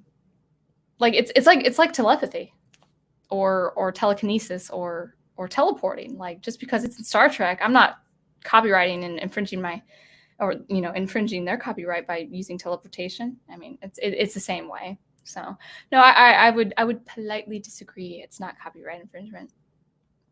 I would be very surprised if there's a law like that. I'd be kind of concerned for creators, both game developers and producers, and also sci-fi writers. I'm kind of teasing you, Paladin. Don't take it too seriously, but I just wanted to point that out. Whew, this is a long chat. Thank you, guys. I'm never bored. I don't have to make up stuff. Let's talk about let us talk about the Rise of Skywalker.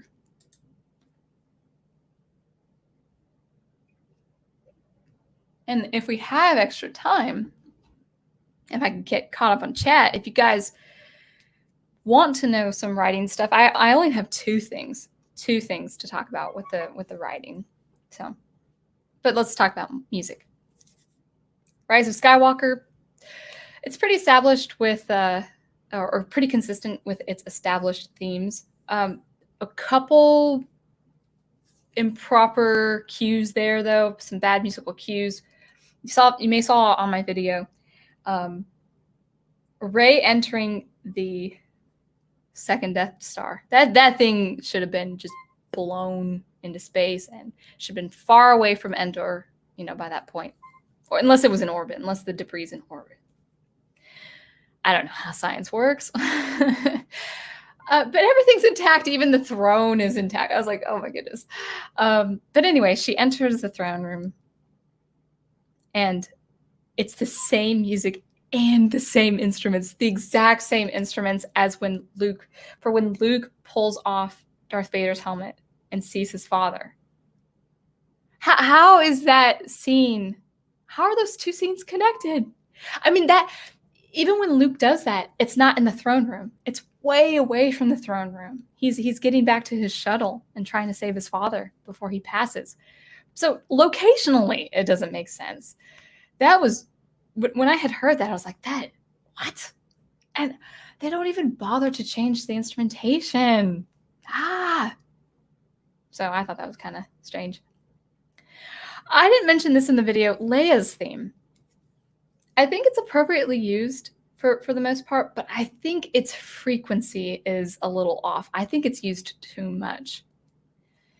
And it could be a matter of just the pacing. It's a pretty fast-paced film, the Rise of Skywalker. People say it's breakneck speed.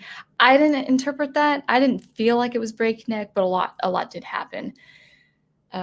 Well, maybe I'd have to look at it again. I didn't get that sensation like, oh my gosh, there's just too much going on. I didn't get that feel. A lot of people said, no, it's just breakneck speed. I thought it was fast. The pacing is a little off, but it's all right. But I thought her theme was a little too frequent. It didn't seem, it wasn't used sparingly. It was kind of pushed in. Force theme happens with Lando. Yay! Lando's a Force user, right? Well, maybe. Oh, I'm trying to picture Big Al's Billy D. Williams impression. Billy D. Williams, man, he has aged well. He is well preserved, and he still has that same voice too. I mean, of course, lower and slower, but he's got that great voice. But as far as we know, Lando's not a Force user. So when the Force theme appears, I mean, he's not even talking to a Force user. So he's not a Force user, and Poe's not a Force user. So the Force theme comes when Lando comes in to just give him a pep talk about being a leader and all of that. And it's just thrown in there. A highlight, excuse me. Hopefully that didn't come in too hot. But a highlight, goodness, was Yoda's theme. First of all, Yoda's not there. Yoda's not there. My chair is also bemoaning this truth. The theme does not appear, or the theme appears. Yoda does not appear, and it's Luke bringing out the X-wing out of the water, and it's the pacing's off. He gives her his X-wing. Rey gets the X-wing, gets their lightsabers. Okay, we'll get into writing later. She gets everything. She even gets their homestead at the end. I was like, oh. So she goes from one desert planet to the next. But anyway, so Yoda's theme, same exact instrumentation. This was a replication of Yoda drawing the X-wing out of the water. Maybe there's an oboe with Yoda. Maybe I didn't, if I can remember correctly, maybe there wasn't an oboe for Luke, the Force ghost, pulling the X-wing out of the water. But you'd have to actually really hear the difference. Pretty much the same. And it just feels shoehorned in. The scene itself feels fast. And Mark Hamill himself does not look convincing as an actor in that scene. He looks like he's just trying to hold back from laughing, like, oh, this is going to be funny. Maybe that's just my active imagination, but he's a great actor. But that scene with him as a Force ghost, I think he's like, this is ridiculous. I could be wrong though. He probably could love that scene. Who knows? All right. Some serious stuff. Luke and Leia's theme is used again, and it's used between Lando and this young woman named Jannah. There's this huge implication in the writing that Jannah is somehow Lando's long-lost relative, probably even as intimate as a daughter, but we don't know. It's just kind of implied. And they're getting familiar, and it's the scene ends where it's like, oh, they're going to start talking and they're going to discover stuff. Great. But while they're talking, Luke and Leia's theme happens. This is a theme that has been only heard once in the entire original trilogy. I could be wrong, but I think it's only heard once in Endor. When Leia discovers she's his sister. or has always known, but it's a huge moment between a brother and a sister, but more specifically between Luke and Leia. So what is this implying? Is this going to be between companions, relatives, friends, boyfriend and girlfriend? Like what? Where is this theme going? Where is it headed? This theme is Luke and Leia. It's not Han and Leia. It's not Darth Vader and Luke. It's between two characters, very specific relationship. So when I saw that with Lando and a supposedly long-lost daughter, do another theme. Yeah, I know it's the last sequence of the last installment of the whole trilogy, but find something else. Why? I'm overreacting. I think I'm channeling Professor Geek's rage right now. Well, maybe he's not feeling the rage, but for the rage he does feel for, for different things, I feel for this. The last thing to conclude with is the Force theme. It does not end that film as it has ended other films. And I think that's fitting. I think this kind of inversion, it really is actually an inversion of the theme. So, we're used to, and my voice is kind of shot, but we're used to da da da da da da da dun dun dun dun dun da da da da. You know what happens next, right? Da da da da da bum bum bum bum bum. Well, what happens in this iteration here is bum bum bum bum bum bum bum bum. Oh man, I can't even remember it. I can't remember it. It is very specific where there's a turn of pitches and it drops down. It doesn't swell up, which is odd because Rey and BB-8 are watching the binary sunsets, or maybe non-binary sunsets these days. I don't know. The music turns. It's an inversion. It's inverted. It's like it's mirroring back something else. Like I actually kind of think that is fitting. Like it's telling us something. It's a foreshadow. It's a foreshadow of what's to come with music in Star Wars. So I will conclude there. And if you guys want to talk about writing or chatting, there are a couple things that I definitely wanted to talk about. Yes. How can you be late? Welcome, Mohammed. It's good to see you. You missed an hour, but I'll be back. You could always stream and have your cup of coffee. Yes. Wolf 10 Media. I'm not going in order, by the way. Wolf 10 Media, Yurakai, Galadriel. Yep. Rivendell. Oh yeah, Rivendell. I mean, oh my gosh. It's a treasure trove of musical themes, guys. Big Al and Troy could talk about the film itself if they want, and they want to talk about behind the scenes, because I actually know the appendices by heart too. So I might get into that kind of conversation as well. But I'm talking about music. Yeah, the Uruk-hai, yeah. And the orcs, I don't know if it's the Uruk-hai. I think it is with the Uruk-hai too, but definitely with the Mordor orcs, it's in 5/4. It's a 5/4 meter. So usually when it's military, it's 4/4. 1, 2, 3, 4. 2, 3, 4. Together, 2, 3, 4. With the orcs, it's 5. 1, 2, 3, 4, 5. 1, 2, 3, 4, 5. 1, 2, 3, 4, 5. So you're marching in 5, or the orcs are marching in 5. It's this asymmetrical kind of, it's off. It's supposed to be off. And like the trolls aren't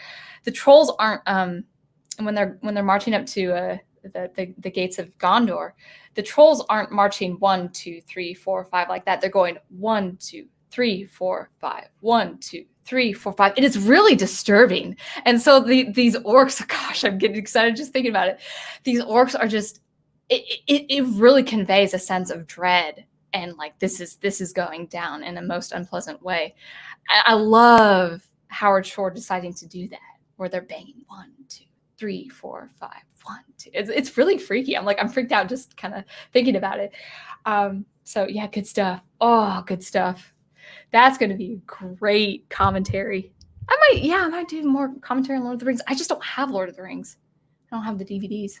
I used to have the nice DVDs. I don't know where they went.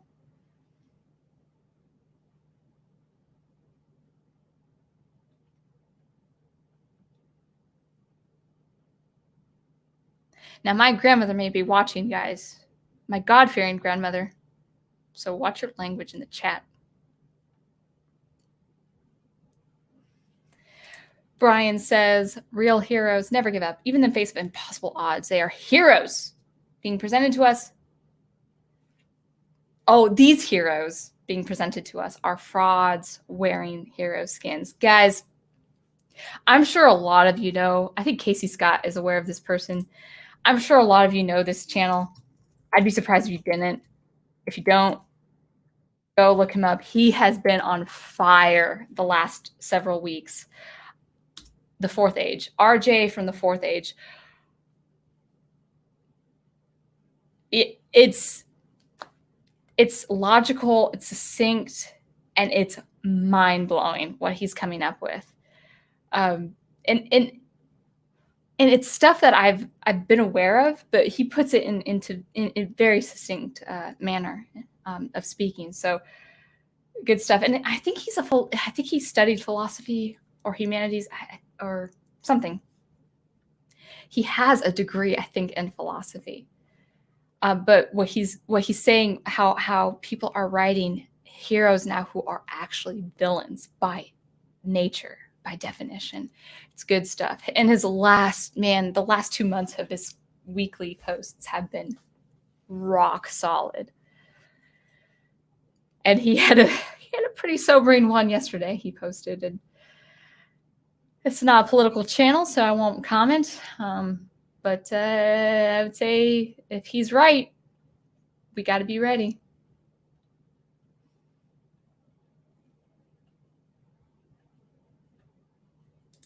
Muhammad says, I got a motif going. Oh, by the way, I'm done with my notes, so if you guys have any comments. I'm in chat now and just writing. I've got a motif going. How do I go with expanding it into a theme? I mean, I play around with it and try to expand on the piano, but I just end up making a mess. Or is that a process? I would start. Man, I'm giving my composition lessons for free now. I would start with keeping the two separate. So if you have a motive, stick with it just being a motive. If you have a theme, write it out in its full form, in its entirety. The best example, probably the most common, probably you will hear time and time again, is Beethoven's Symphony Number 5, first movement.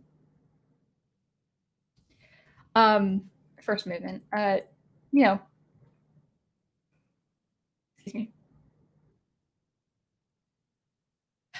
One da da da. Bum, bum, bum, bum. It's 2 iterations of that little motive. Bum, bum, bum, bum. And then he expands. Bum, bum, bum, bum, da, da, da, da, da, da, bum, bum, bum, bum. And he's doing this little harmonic change with this little motive. Bum, bum, bum, bum. And 2 and 1. And 2 and 1. And just passes it to different instruments. Now the 4th movement is a melody. Dun, dun, dun, dun, dun, dun, dun, dun, dun. I probably should keep it down for my neighbor. Sorry, neighbor.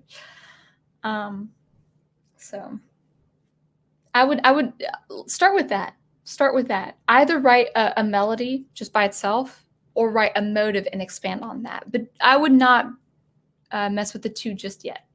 You could probably form a complete melody with the motive, but a motive or motif is a gesture. It's meant to be short, whereas a melody could be quite long. It could be up to 20, 24 bars, or 4 bars, or 8 bars. It doesn't have to be long. But yeah, do separate the 2 first. That's my recommendation. Any other input is $50 an hour. What do I charge? Yeah, I think I charge $50 an hour for composition lessons, in case you were wondering.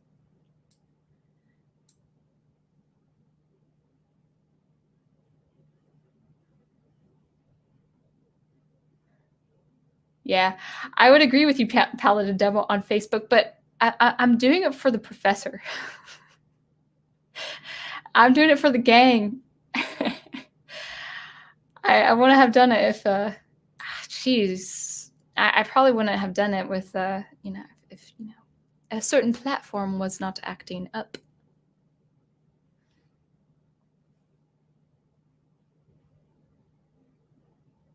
By the way, actually, I want to touch on this. I know this is to Professor Geek.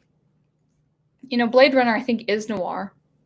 I've seen both films, and I do like both films. I have to say, I was like, oh, I want to do the Vangelis score and all that. It's great.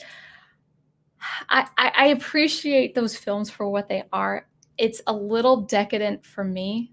Cyberpunk, I do steer away from. Just this isn't really an answer to your question to the professor. So it is noir, I think, and it's good. It's a very good story, but it's a little too decadent for me. I love the story. I appreciate the story. But I actually, as far as cyberpunk is concerned in science fiction, I actually have to steer clear from it because it's really cool. I love the world.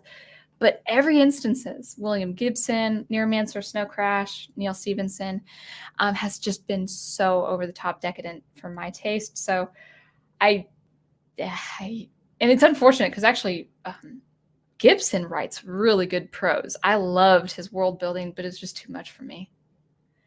So yes, it's noir. But from what I know about noir, it can be very limited. Yeah.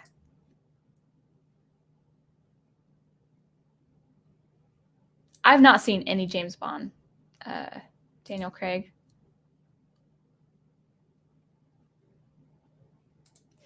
Mr. Matchstick, DRY, or Dr. What? Wait, why are you talking? Wait, you're just adding me, right? You're not addressing me. I've seen Lord of the Rings so many times. If you haven't seen Lord of the Rings, you haven't lived life. That's probably how I feel about Final Fantasy. I've never played Final Fantasy. And I have to watch Indiana Jones too. I know. I'm a latecomer when it comes to these things. Muhammad says, I'm guessing you haven't seen Tron. Oh, is that? No, I have seen Tron. I've only seen Tron once. I've seen both movies once. I love the original and I like the Disney version. I haven't seen the series though. I think Age Boomer was saying there was a series. I'm guessing you haven't seen Tron. The Greetings Programs line is from that. You should watch Tron Legacy. It's great. I haven't seen Legacy. I think that's the series. But yeah, I do like the soundtrack. I love that old animation. And Jeff Bridges as a young man is great to see too. Good. Yeah, I saw I was looking into that book and I saw the list, the cast. I was like, oh, Winter's back. Well, that will be nice. She's very helpful. No, that's not true, Muhammad. They spell winter like the season. For shame on you.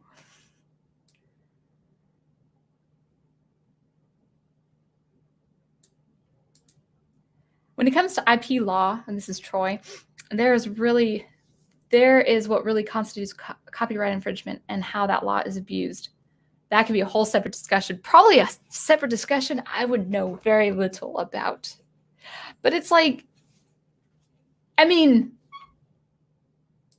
I'm not talking about like that whole drama that happened with Star Trek Discovery and the TARDIS. There was like this blue alien or something. Like there was a huge copyright thing that happened against an indie game developer.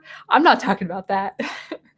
I'm talking about like, well, if Star Trek has telepathy, would you infringe on that? And there's an actual term for that. I think it's a French word or a series of French words. I think I can't think of it right now, but I think it's like, something like telepathy is free for all. So even if it's kind of metaphysical like that, or transporting yourself from one world to the next. I mean, Bewitched did that, the sitcom. So it's like, how far can you go? But I'm not a lawyer. All I know is music. That's all.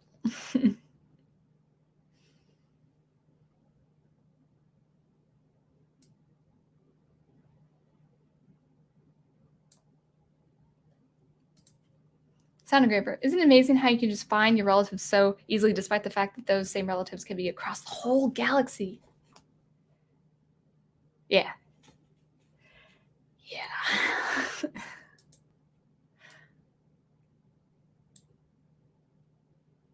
I'm gonna try to catch up on chat, and I did want to talk about writing. Only if you guys want me to talk about writing. But if we do, I would probably need to use a bit of a break and be right back. But we could talk about writing later.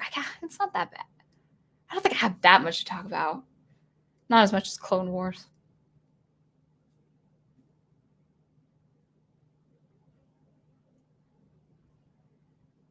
I mean, if it's an actual term, astropathy, is that what it's called?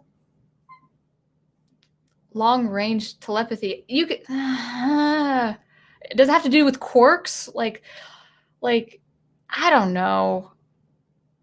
Anything to do with quantum physics and that kind of stuff. I don't know anything about 40K, but no. I maybe wouldn't use the exact word if that was a 40K thing. But as far as technique, I don't know. I don't know. But I don't have any of that in my science fiction. No, I don't have that in my science fiction. I probably won't. I have other stuff. I have spaceships. Is that copyright infringement?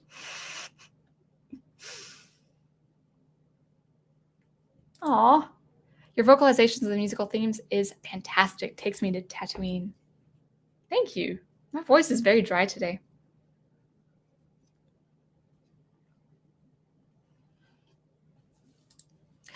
No, I'm just God-fearing myself. But thanks to her. And actually, she's a dear woman and a wonderful listener. My dad says that, if there's a heated conversation at the dinner table or something that is really is just, it takes a lot of thinking and all of that, she can go on for the whole hour without saying a word and without saying her input. And then at the end of the hour, when no one else is obliged to talk, that's when she'll express her opinion. I love that. I love it. She just waits and she listens. And I really like that. And I hope I've learned that from her. It's kind of hard to tell, do I listen while I'm talking on a live stream? I can't listen. You guys would be bored.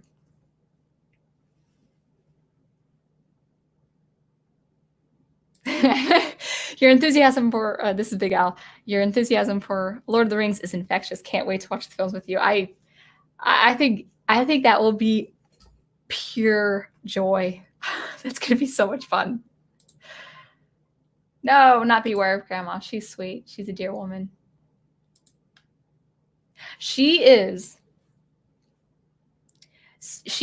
the, I don't know if there's a term for it, but she is the sweet,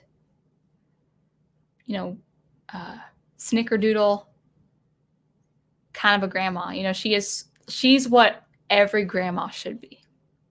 I cannot stand. And maybe if your grandmas are like this, guys, I'm not knocking down your grandmas, but I have noticed growing up, that grandmothers either want to be sexy, and I'm talking about, well-preserved women in their 60s, so I guess they have that reign, or the real firecracker, angry grandma, who I don't mind no nonsense, but someone who is kind of acidic in nature. Grandmas are meant to be sweet and nurturing and loving, and that's my grandma. That's both of my grandmas. So I have one set of grandparents left, and she's sweet. And I have her smile, actually. When I look at pictures of her, it's like she has my smile. That's so sweet. Or I guess I have her smile. She came first. Favorite superhero theme? I don't. You'd be surprised, Mr. Matchstick. I don't follow many superheroes. I know, I follow the professor, but I just like listening to the professor talk about superheroes. I like listening to Fan Man and his take on superheroes. Fourth Age too. Yeah. So I don't have a favorite theme though. I'd have to listen. Muhammad says, I have a question about writing an album. Is there any way I could contact you personally? Twitter's probably the best way. Do you follow me on Twitter? DM me on that. Yeah, that's actually Twitter's probably the best way, even more than my other emails. I've been swamped with parents and studios, and I like to keep things separate. So yeah, so go ahead and Sound Engraver is my Twitter name. So if you want us to DM me on that, that'd be great. So cool. Yeah, album is a huge project. Writing an album is a very huge project. I've done 2. I need to do 3 this year, but I've been writing a song. I've been dealing with a couple things, personal things, so I'm writing a song about it, and it's a faith-based song. It's we're Christians. You wonder if I've never done this as a Christian, and I've started doing this now. Is praying for my faith. If the Lord would find faith in me in the worst of circumstances. So I'm writing a song about that, and so that's been occupying my composition time. But I got to get back into my other albums too. So.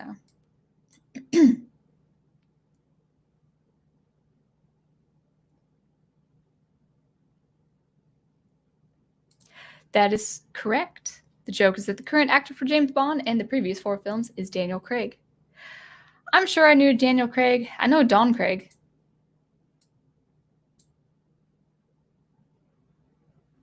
Oh, that. My bad.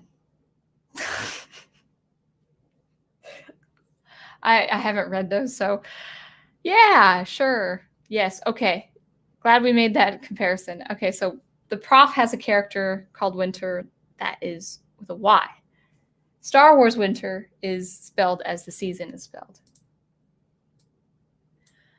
Sorry. Didn't get the joke. Do. Oh, me too. I don't know. Were you talking about the Winter character? I don't know. All right, trying to catch up.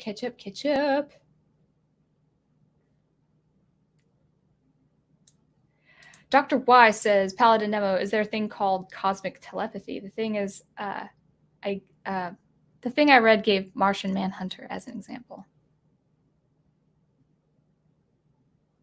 I mean, I don't know about that, but Alfred Bester, I think that's his name. He wrote The Demolished Man, not Demolition Man, The Demolished Man. And he also wrote Stars My Destination. And I think there was a kind of pseudo technology in Stars of My Destination that had that kind of telepathy. Or no, it was teleportation. It's been a while though. Yeah, I was thinking about I was when I was getting my answer, Big Al, I was thinking like, oh yeah, Superman, John Williams. I like it too. Okay, I'm caught up in chat. What do you guys think? We're coming on 2 hours. I think it was a good live stream so far. I don't really have too much of an inclination to talk about the writing. I kind of want to though. Oh. I mean, you guys are always like, if you want to go to bed, that's fine. So I'll ask you guys, say no, let's adjourn, or let's wrap it up, or or writing issues. I think there are 2 very important things to talk about with the sequel trilogy in terms of writing. In fact, I might actually just do that in one fell swoop. Let's see, it's 11:41. You guys can always Well, that's confirmation enough. Yeah, you guys can always come back to it. But I did want to talk about a couple things. So permit me to take a 1 to 2 minute break. I need to do what Fan Man does, like, exit out and have some music playing. I got to figure that out. So we'll see. Maybe I can talk to him on how he does that. But anyway, I will be back. So you're going to see my icon and all of that. I think I can. Okay, let's see if this works.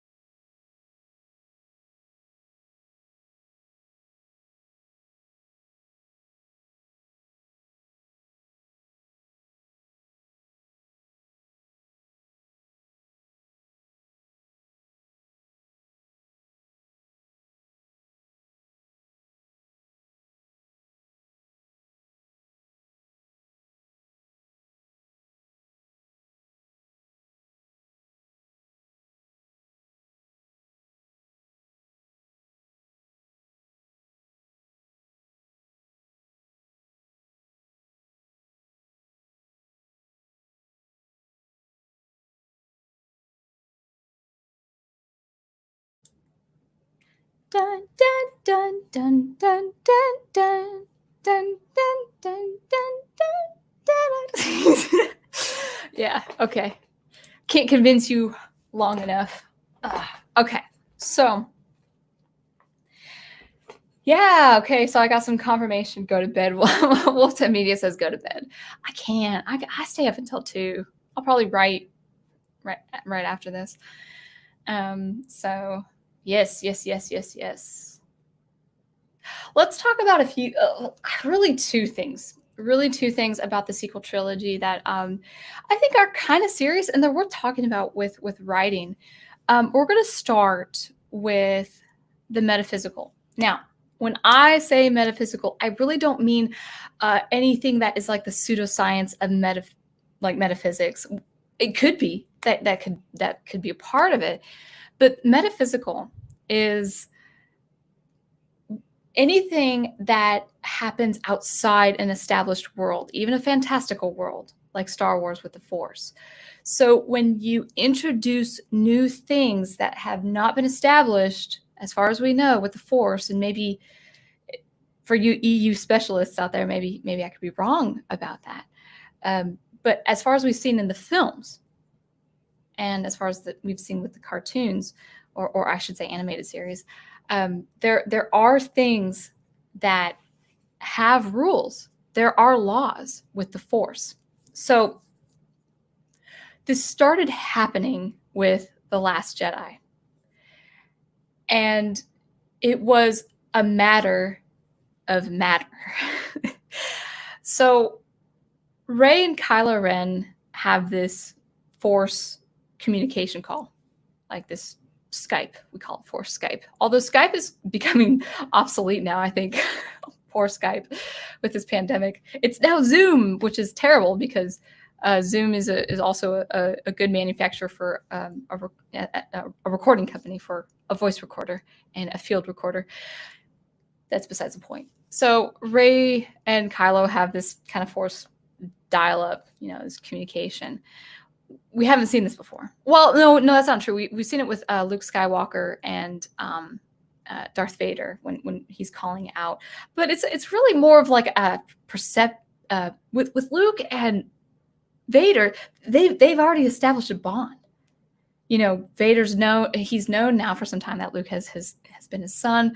Luke discovers, and so he's kind of coming out of his his state there, saying father, because he's perceiving Vader calling out to him in The Empire Strikes Back.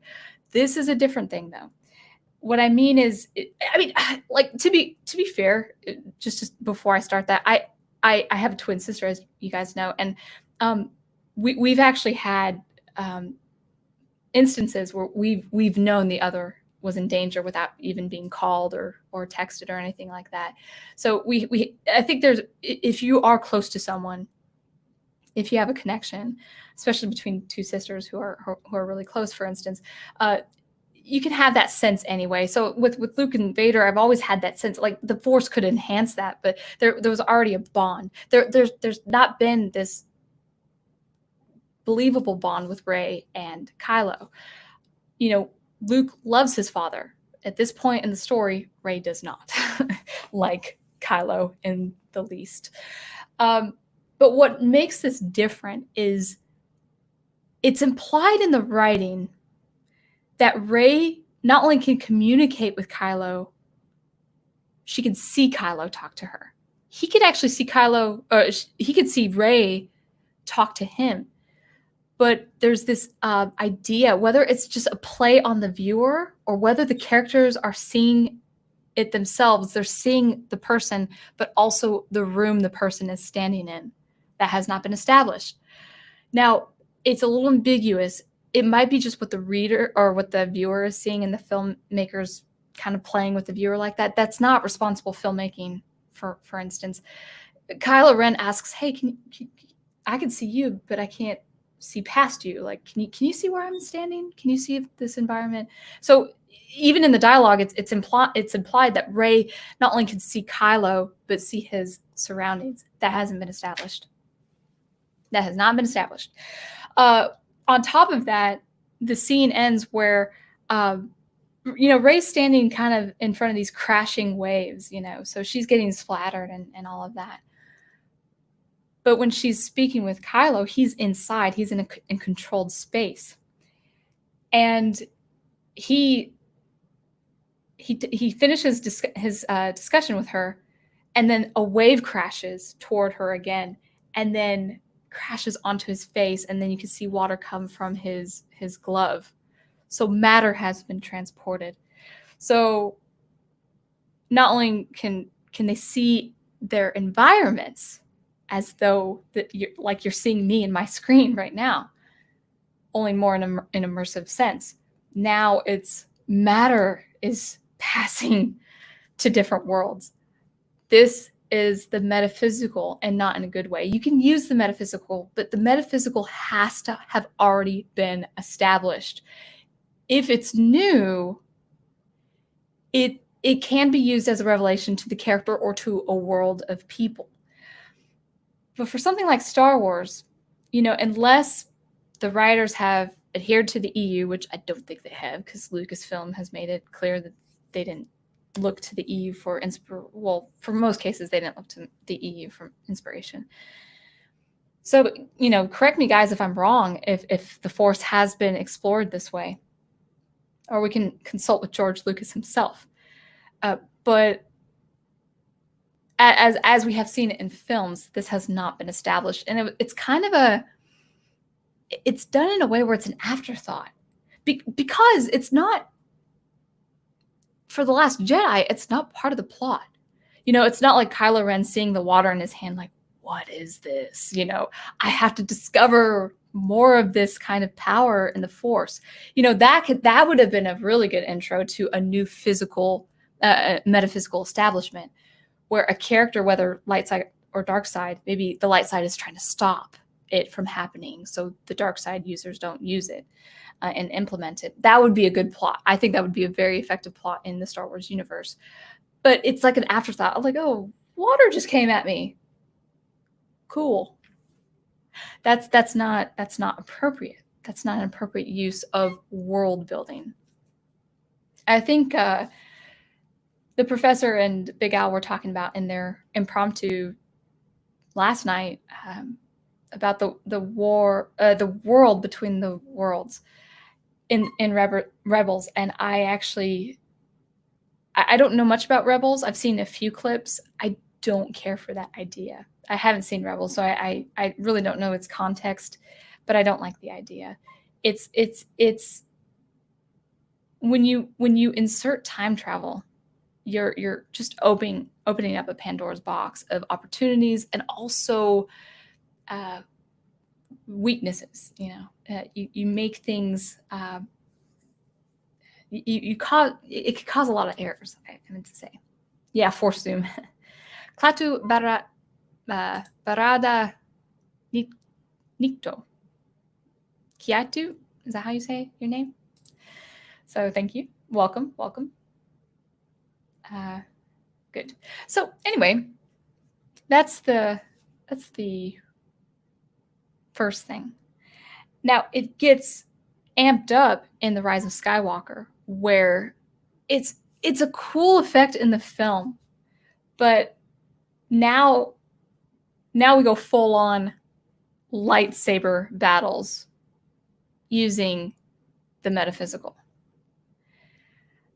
This kind of thing would have been pretty cool, pretty climactic if it was a central part of the plot, but it's not.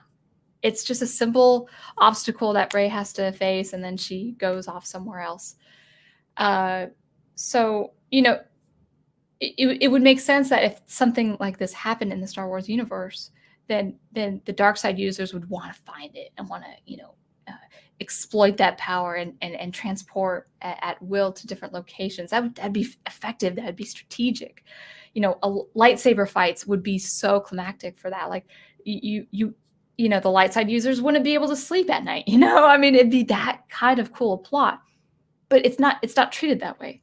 So I won't go off too much on a rant. So if you guys had any comments regarding that, yeah, but it's full on lightsaber fights. And film wise, as far as the cinematography is kind of cool. Like, it goes from, Kylo Ren's chambers, which set wise is really cool. I like the set piece of that part, but she's in his chambers. He is out in this kind of snowy village, and the juxtaposition between the two is really cool. It's just not effective. You just can't use metaphysics that way. So it ceases to become that sci-fi fantasy, and it becomes sci-fi speculative. Speculative is introducing the metaphysical in which things are broken, rules are broken, and everything is just abandoned. So there is that. Yeah, Daniel, I don't blame you. I'm kind of going, probably should wrap this up too, and then wrap up with some other things. And lastly, real quick,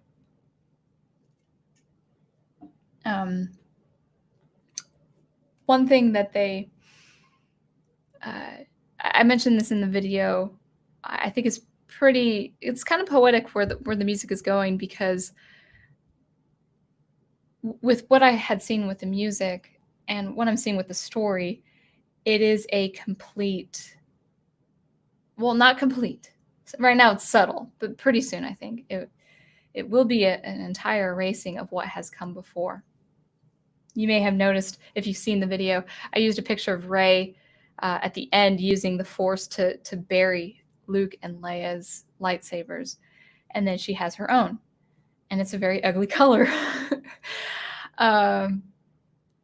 I don't understand the burial of the Luke and Leia's lightsabers.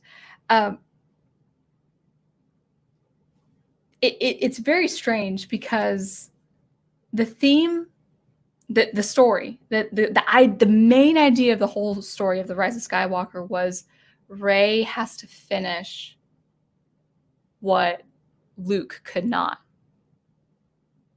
what Leia could not. No, Luke finished it. We saw it at the end of episode 6. But Luke, as a Force ghost in Rise of Skywalker, says that, here are 2 of our lightsabers now. Finish, destroy Palpatine, finish what I could not do. He says it to her directly in front of us, and I think he says it in an indirect dialogue when she's relaying that idea to Leia. And I think Leia, even in her training, says that too, finish what I can't do. It's like, you guys did it. You guys, you already did it. You already finished a wonderful story. You had your end as heroes.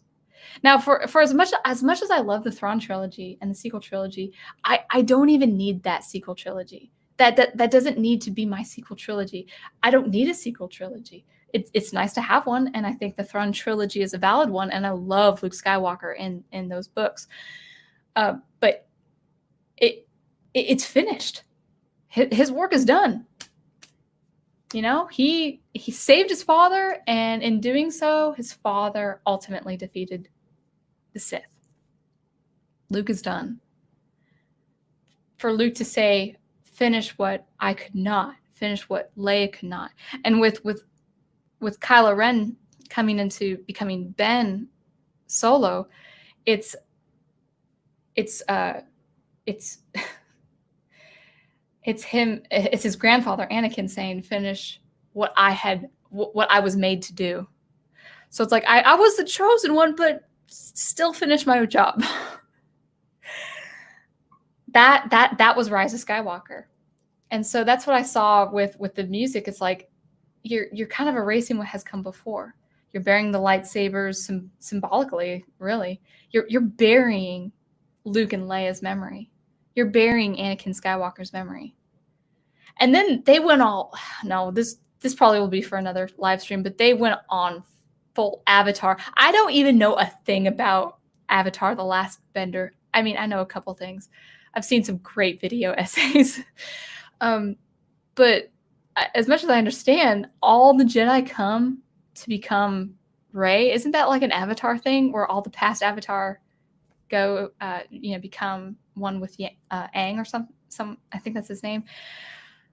And then Palpatine's all the Sith. Don't know how that happened, but all Rey has to do is, so he's doing like lightning bolts at her. She's doing it with one fist, one lightsaber, and then she has Ben Solo's, or Leia's lightsaber behind her back, and then she's like, and I am all the Jedi, and she just like the cross. Oh yeah, now it's happening. Oh man, now you're finishing it by crossing the blades. That's perfect. Oh my goodness. Okay, so we'll wrap it up, I promise.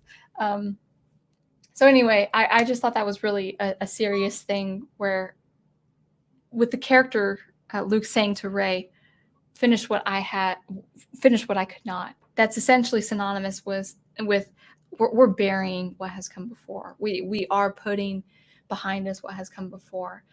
And this is not a good precedent for Disney and for Lucasfilm. Maybe they want it to be that way. I will end it with this. They have set up for themselves a very detrimental precedent.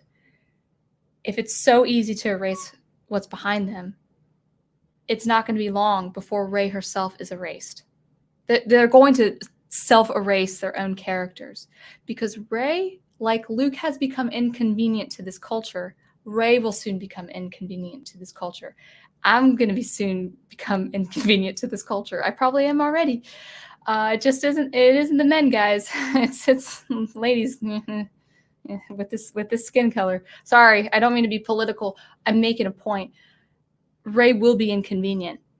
And I'm not going to give it 5 to 10 years, and I think I'm being generous. She's going to be inconvenient. And then she and her story is going to be erased. This is kind of like a self-fulfilling prophecy. Set up something, erase it. Set up something, erase it. Set up something, erase it. Reconstruct it. Construct it only when it's convenient for us. And Palpatine's going to come back for a third time. He's like, I'm done with this. Find yourself another villain. Do it.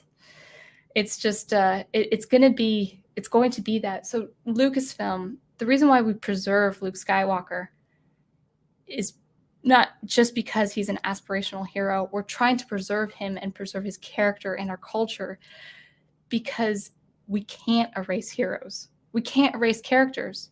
And even for all the flack that Rey gets as a character, it's going to be telling and it's going to be troubling when the ultimate 11th hour comes and on the stroke of midnight, she's going to be inconvenient because of her skin color. And she will be erased as well. Disney has set up that precedent. And I do not mean this to be political, but they've kind of made it political for us. And so, sorry guys, didn't mean to go on this kind of rant, but that's what's going to happen. Are they going to bring Palpatine back for the 50th anniversary of Star Wars? What's going to happen 2029? I don't know. But those are my thoughts. You know, if you have metaphysics, have it established, have it already be part of that speculative world, have it be a revelation, and have it be the essential part of the plot. I wrote a speculative novel a few years back where the speculative was the plot, and it was a life or death situation. You can't make it convenient, can't make it look cool. If you're using the metaphysical, you have to have already established it or have it become a revelation of some kind. And lastly, don't bury the past. Uphold the past, learn from the past, work with the past, and move forward. But Lucasfilm, if you're listening, and Disney, if you're listening, you've set yourselves up. You've set yourselves up. Rey, Palpatine, Skywalker, whatever her name is, she's going to be inconvenient. And we'll see where this takes us. But the music definitely is going to go down south. I just have this sinking feeling that it's going to follow suit. So anyway, those are my thoughts. Let's just look at quickly at the chat, and then we'll wrap it up. So 2.5 hours, not too bad. Oh, I got to save my time for charade too. I have time for that. I do have time. I didn't get the warning. All right.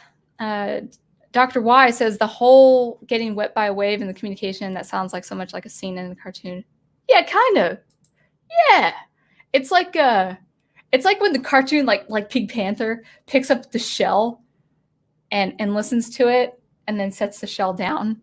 And then the inspector comes and listens to it, and then the water comes out.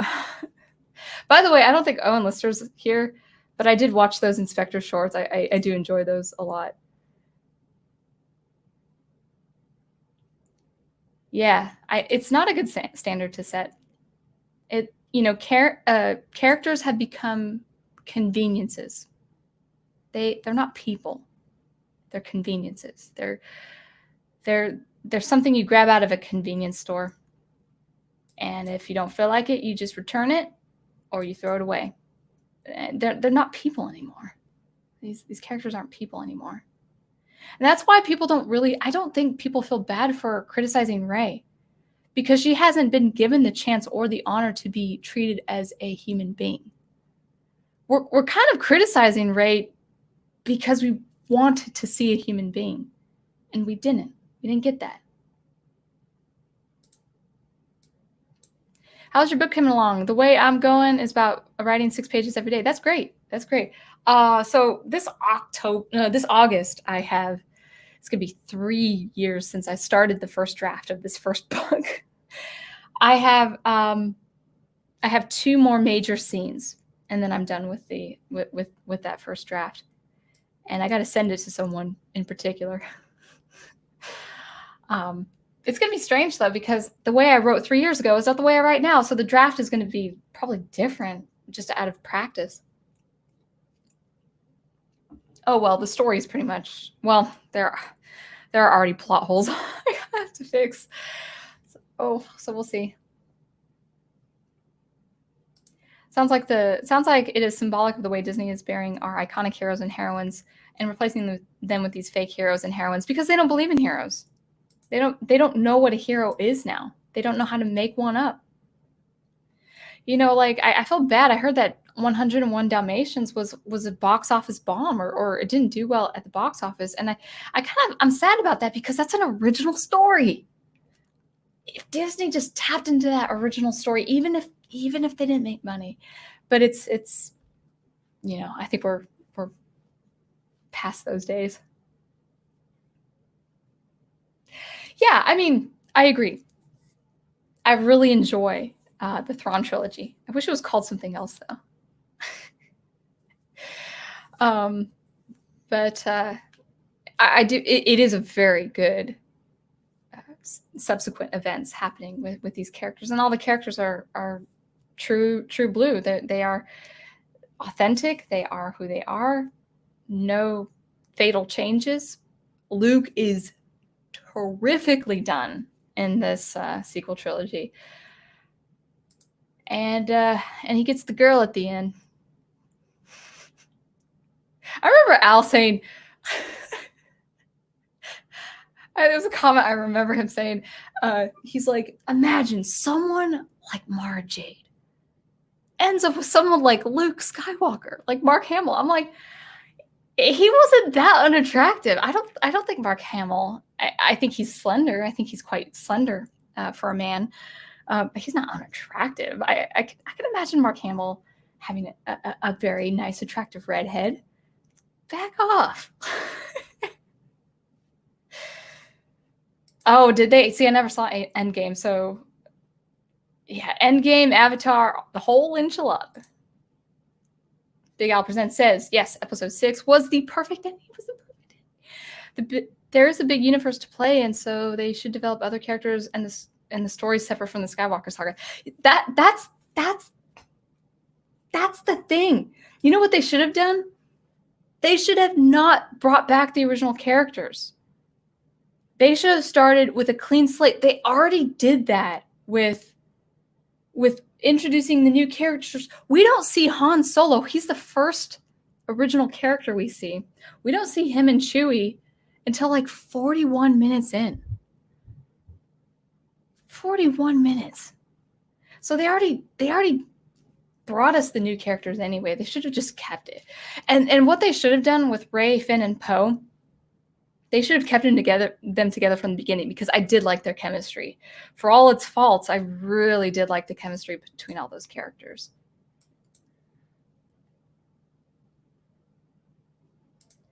When I saw her bury the sabers, I was like, well, to quote the legendary hero, belongs in a museum.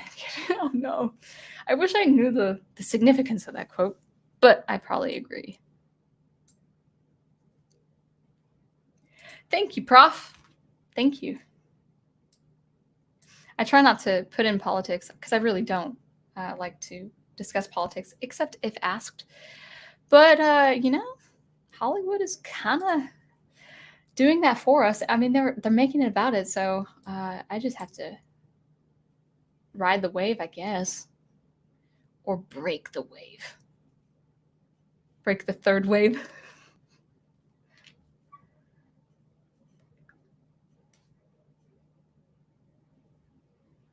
Yeah, that's a good point, Wolf 10 Media. Set up, break it down. Sounds like something a child does with building blocks. All right. So at 7 minutes, we'll call it a night. Yeah, Kefka. Yeah, total nihilist villain. Great villain, though. Oh my goodness, he's such a good villain. He's so terrifying. See, I'm not afraid of Thrawn. I'm sorry, guys. I just never scared me. Kefka scares me. Sabayoth in that last sequence terrified me. That's what villains should do. They should terrify you. Sometimes I just want to punch Thrawn. I mean, no, actually I don't. I don't have that immature behavior toward characters.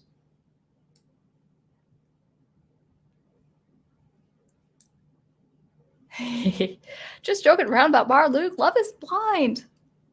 Yeah. I mean, I think it's kind of attractive if you want to kill a guy and then he's just so forgiving. That's a little attractive. It's not blind love. And he pulls her out of deep space. It's so sweet. Well, thank you. Yeah, I probably shouldn't encourage it. I just had to, yeah. Yep. Yeah. I mean, if you guys, I mean, If I talk and you guys make a comment or two to each other, yeah, that's fine. I might not bring it up. But we're coming to that point where people are just bringing it out of us naturally. Muhammad says, my movie watching powers are nothing here. I can't crack a joke for anything. Watch more movies so I don't feel useless. That's what I felt like at the office. When I worked at the office for 3 years in this plant, I had all these project managers. They were doing all these movie references, and they're like looking at me like, yeah. I was like, you don't know that one? Sorry. I'm boring. Like, Michelle, why don't you watch Netflix? Because I write music. And I'm actually reading more too. So I'm trying to get back into nonfiction. All right. So why don't we go ahead and wrap it up? Tomorrow. Oh, so starting Mondays, live commentary on music and maybe Star Wars every night. Every Monday night. 9:30, 10 o'clock Eastern time. So next week, I haven't decided what's going to be next week, but I'm kind of looking at The Mandalorian. Oh my goodness, that on top of Charade. We'll see. I might do something light next week. I'm not sure. So look for some commentary next Monday at 9:30 around 10. Thank you, Brian. I appreciate that. I hope so. I agree with you, Daniel. So commentary Monday nights at 9:30 or 9:45 or 10 Eastern time. And Tuesday, tomorrow on the Professor Geeks channel is going to be so much fun. It's going to be The Big Sleep, another film noir with Humphrey Bogart and Laura Bacall. Is it Laura or Lauren? I know her last name is Bacall. And I thoroughly enjoyed watching that last night. I had so much fun. It's just a fun, real tense movie. It's very tense. It's very tense, but it's also really fun. So watching that with you guys, it's gonna be so great. I hope we can, because it's fun. So yeah, do get that off of YouTube or Amazon, guys, for a rewatch tomorrow, because I think this is gonna be fun. I'm looking forward to it. So that will be tomorrow on the Professor's channel. Anything Wednesday, just let us know for Fan Man, or if you have something, Prof. David Stewart is always a good go-to for that kind of stuff if he has stuff on Wednesday. Thursday is our last bit of chunk on the Thrawn trilogy. So get caught up on your reading like I have. Not even my chair could keep silent on that one.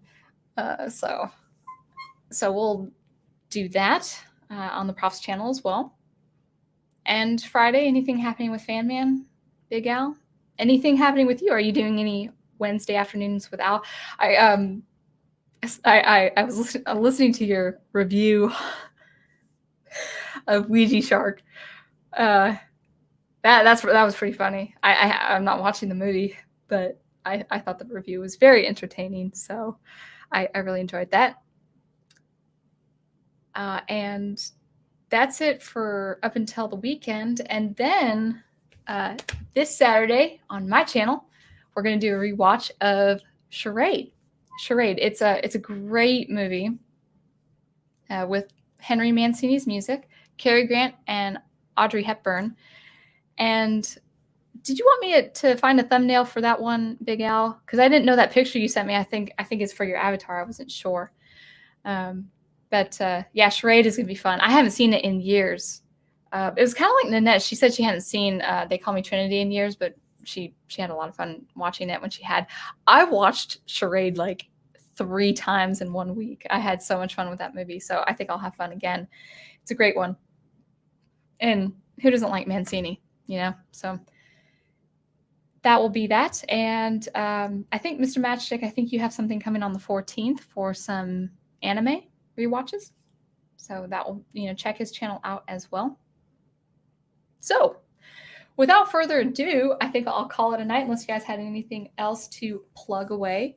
But thank you guys for watching and listening. Thank you for this extra long live stream and sticking around. And always be on the lookout for some more sound experimentation on my channel every Thursday, and live commentary every Monday nights. And until we meet again, keep producing the art you love, and I will see you next time. Thanks again.